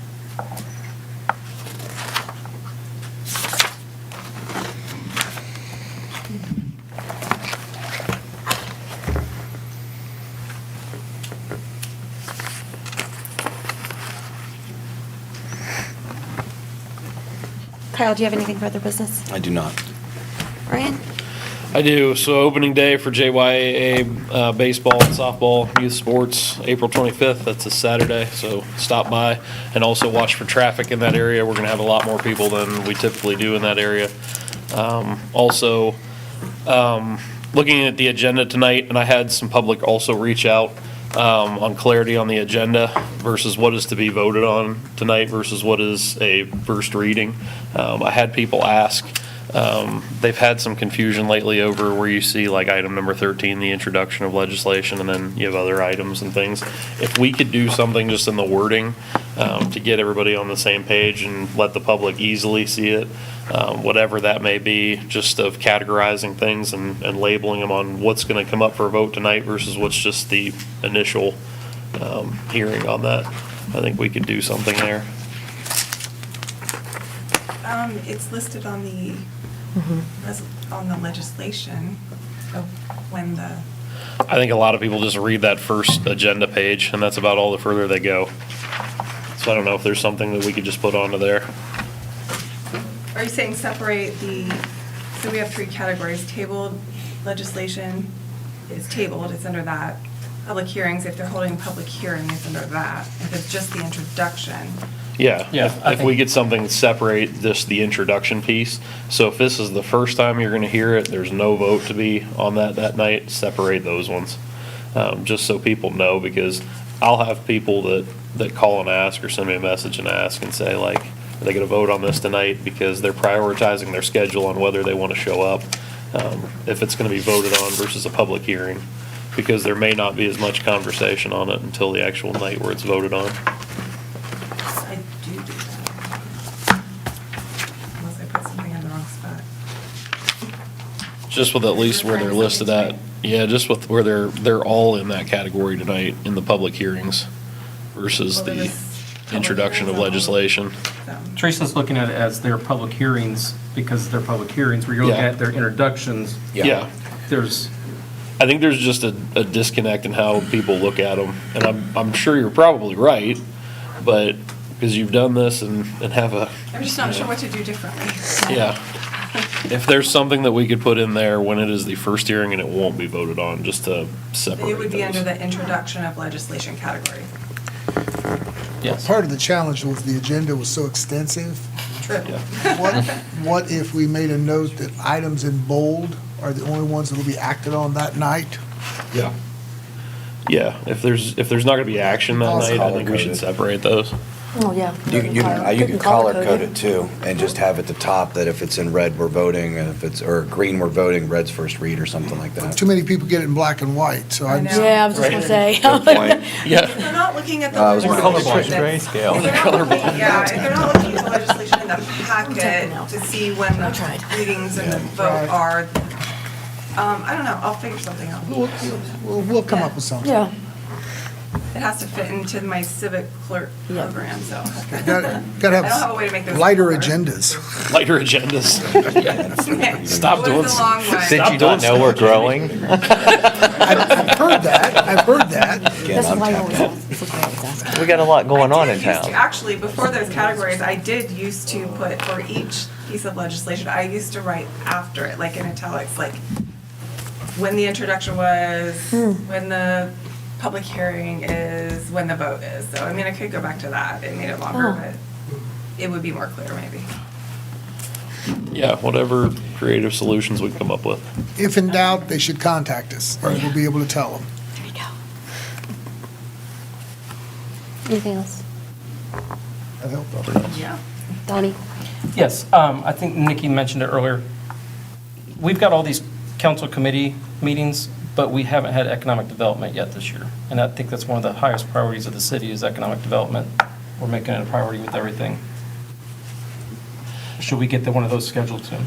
Economic development is interesting because a lot of the projects that we do are huge projects. So they come through the staff and then straight to council without really going to a committee. It's not like zoning or some of the others have been where, What is the purpose of the committee then? all right, I've asked myself that quite a We were few never allowed times. to meet before, so Especially, I'm yeah. not sure either. Especially with the previous administration because things would go to finance that could have gone to that and I've seen it with other things. We send things to certain committees instead of going to another committee.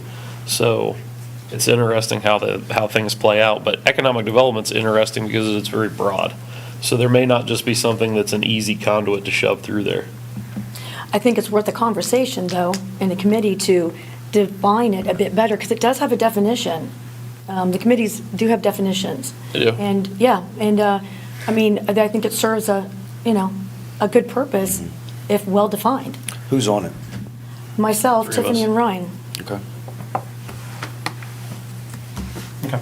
I'll let you guys figure that when you guys want to schedule that.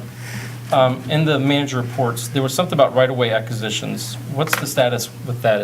We having issues with the right-of-way acquisitions for me? The Mink Road right-of-way acquisitions are behind schedule, and so we're getting more involved in trying to get that back up on schedule.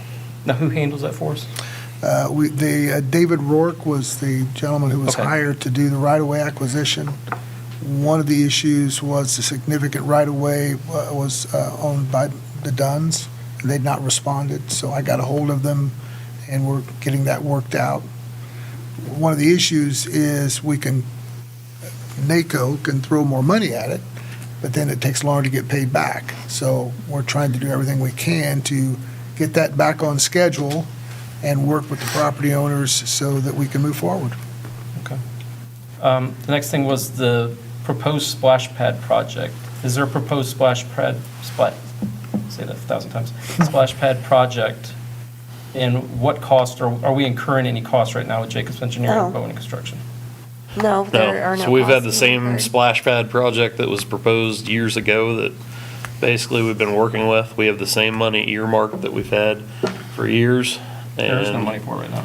So there's money from the state that we've had I thought for that- years. I thought that grant went away. Didn't. Reappropriated. It's been sitting Still here for a good? couple of years, so, yeah, I brought it up last year, and it's the think same we're close thing. to the We deadline. still, Are we close? yeah, we still have it, so we're kind of working off all of the old things that we've been working on for the last 6 years. Where is the status? Like, are we looking at what area of the city it's going to go in, the cost? It's all like that? infant stages, we're just preliminary to see if we can even get the grant back. Okay. And then there is one about meeting with developers and looking regional water, and I was just wanting to get an update on that. For- Is there a problem? A little bit, yes. Can I ask why? It's in the manager report. I'm a council member. Have the right to know what's going on with my city. Yeah, but you've been in this seat before, and you did things very differently, And I'm asking for an update. and we can't provide one at this time. Can we have an executive session in 2 weeks to discuss this? Sure, sure. Is there a problem with me? I mean, I'm just asking a question that was in this, and if there's a problem, I would like to fix this so that we can work better together. I think I'm it's trying to just work late, better guys. together. I've sent you texts, you don't answer texts, so I'm just trying to figure out a way to communicate I'm with not the mayor. required to answer your text, Donnie. That's You're what not- this is about. As We're- a council member, the mayor is not required to communicate with me. We got anything else in other business, guys? Kyle, I'm trying to fix the problem. There is a problem that a We can resident fix here a noticed. problem. I'm not going to sit here and let you badger me. I'm not doing it. Arguing's not fixing. So residents, the mayor will not respond to council members when they have questions. All right. Before we wrap up, I actually do have some other business that I would like to take Thank you. care of.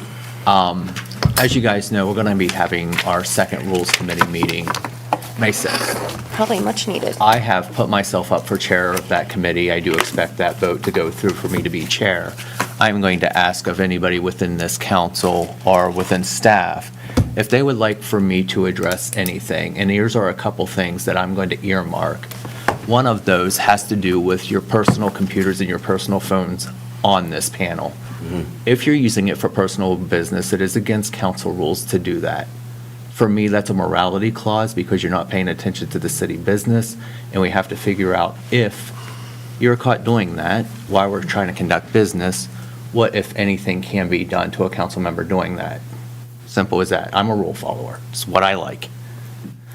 Second thing is, something I've noticed, and I hope the residents understand where I'm coming from with this, if we have somebody behind that pulpit, you need to pay attention to them. Instead of sitting there on your phone, texting whoever, or searching whatever, or anything.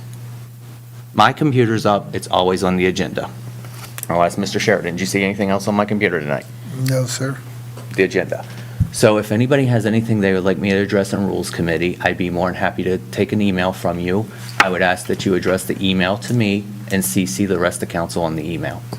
All emails to, I would think, Ms. Tracy, you brought up an email that you had to ask Yaz about. I do believe that email should have went to all of council. Even though it was addressed by a question that Ms. Shook had, I think if we're going for transparency on this council working together, those emails should be blasted out to everybody on council at And that was that my point point. with the questions I had here. So, again, I'm opening myself up. We bring up council rules. Nothing's ever done about it. I've studied council votes. I've studied council meetings, watched the YouTube videos, and I can tell you that the rules weren't followed. There was votes that happened. There was people questioning the votes of council right when they happen, which is actually a violation of council rules, and that can be misconstrued as a vote under duress. So I want to make sure that we're doing the right thing here on council to address your concern, Mark. And I don't know you, but I'd like to meet you after the meeting if that's possible. So that's all I have for other business. And Donnie, I wasn't saying that you had to be done with your other business if you had. No, I was just simply saying that was that. my fourth item, so, thank you.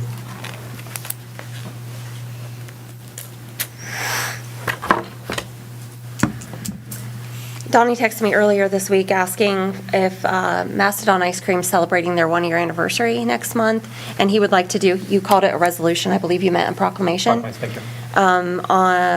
for them, and I would like council's input on that. I personally, as much as I love Mastodon Ice Cream and I love Joanna, I don't feel that we should do that for one business and not every business in the city.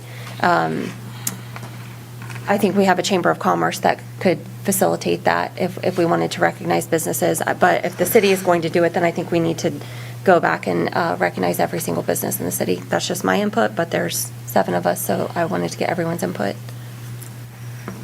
prior to answering your text. Well, I'll just start on this end. I don't necessarily, I agree. I think Joanna and her family are phenomenal assets to our town. I've been to Mastodon's Ice Cream. Love it. Think it's great. I've also been to El Rey. I've been to Black Diamond. I've been to Witt's. I've been to Troyer's. I don't think it's necessary to take one business out and celebrate one business and and even though it's in good spirit, it's still discriminatory against other businesses.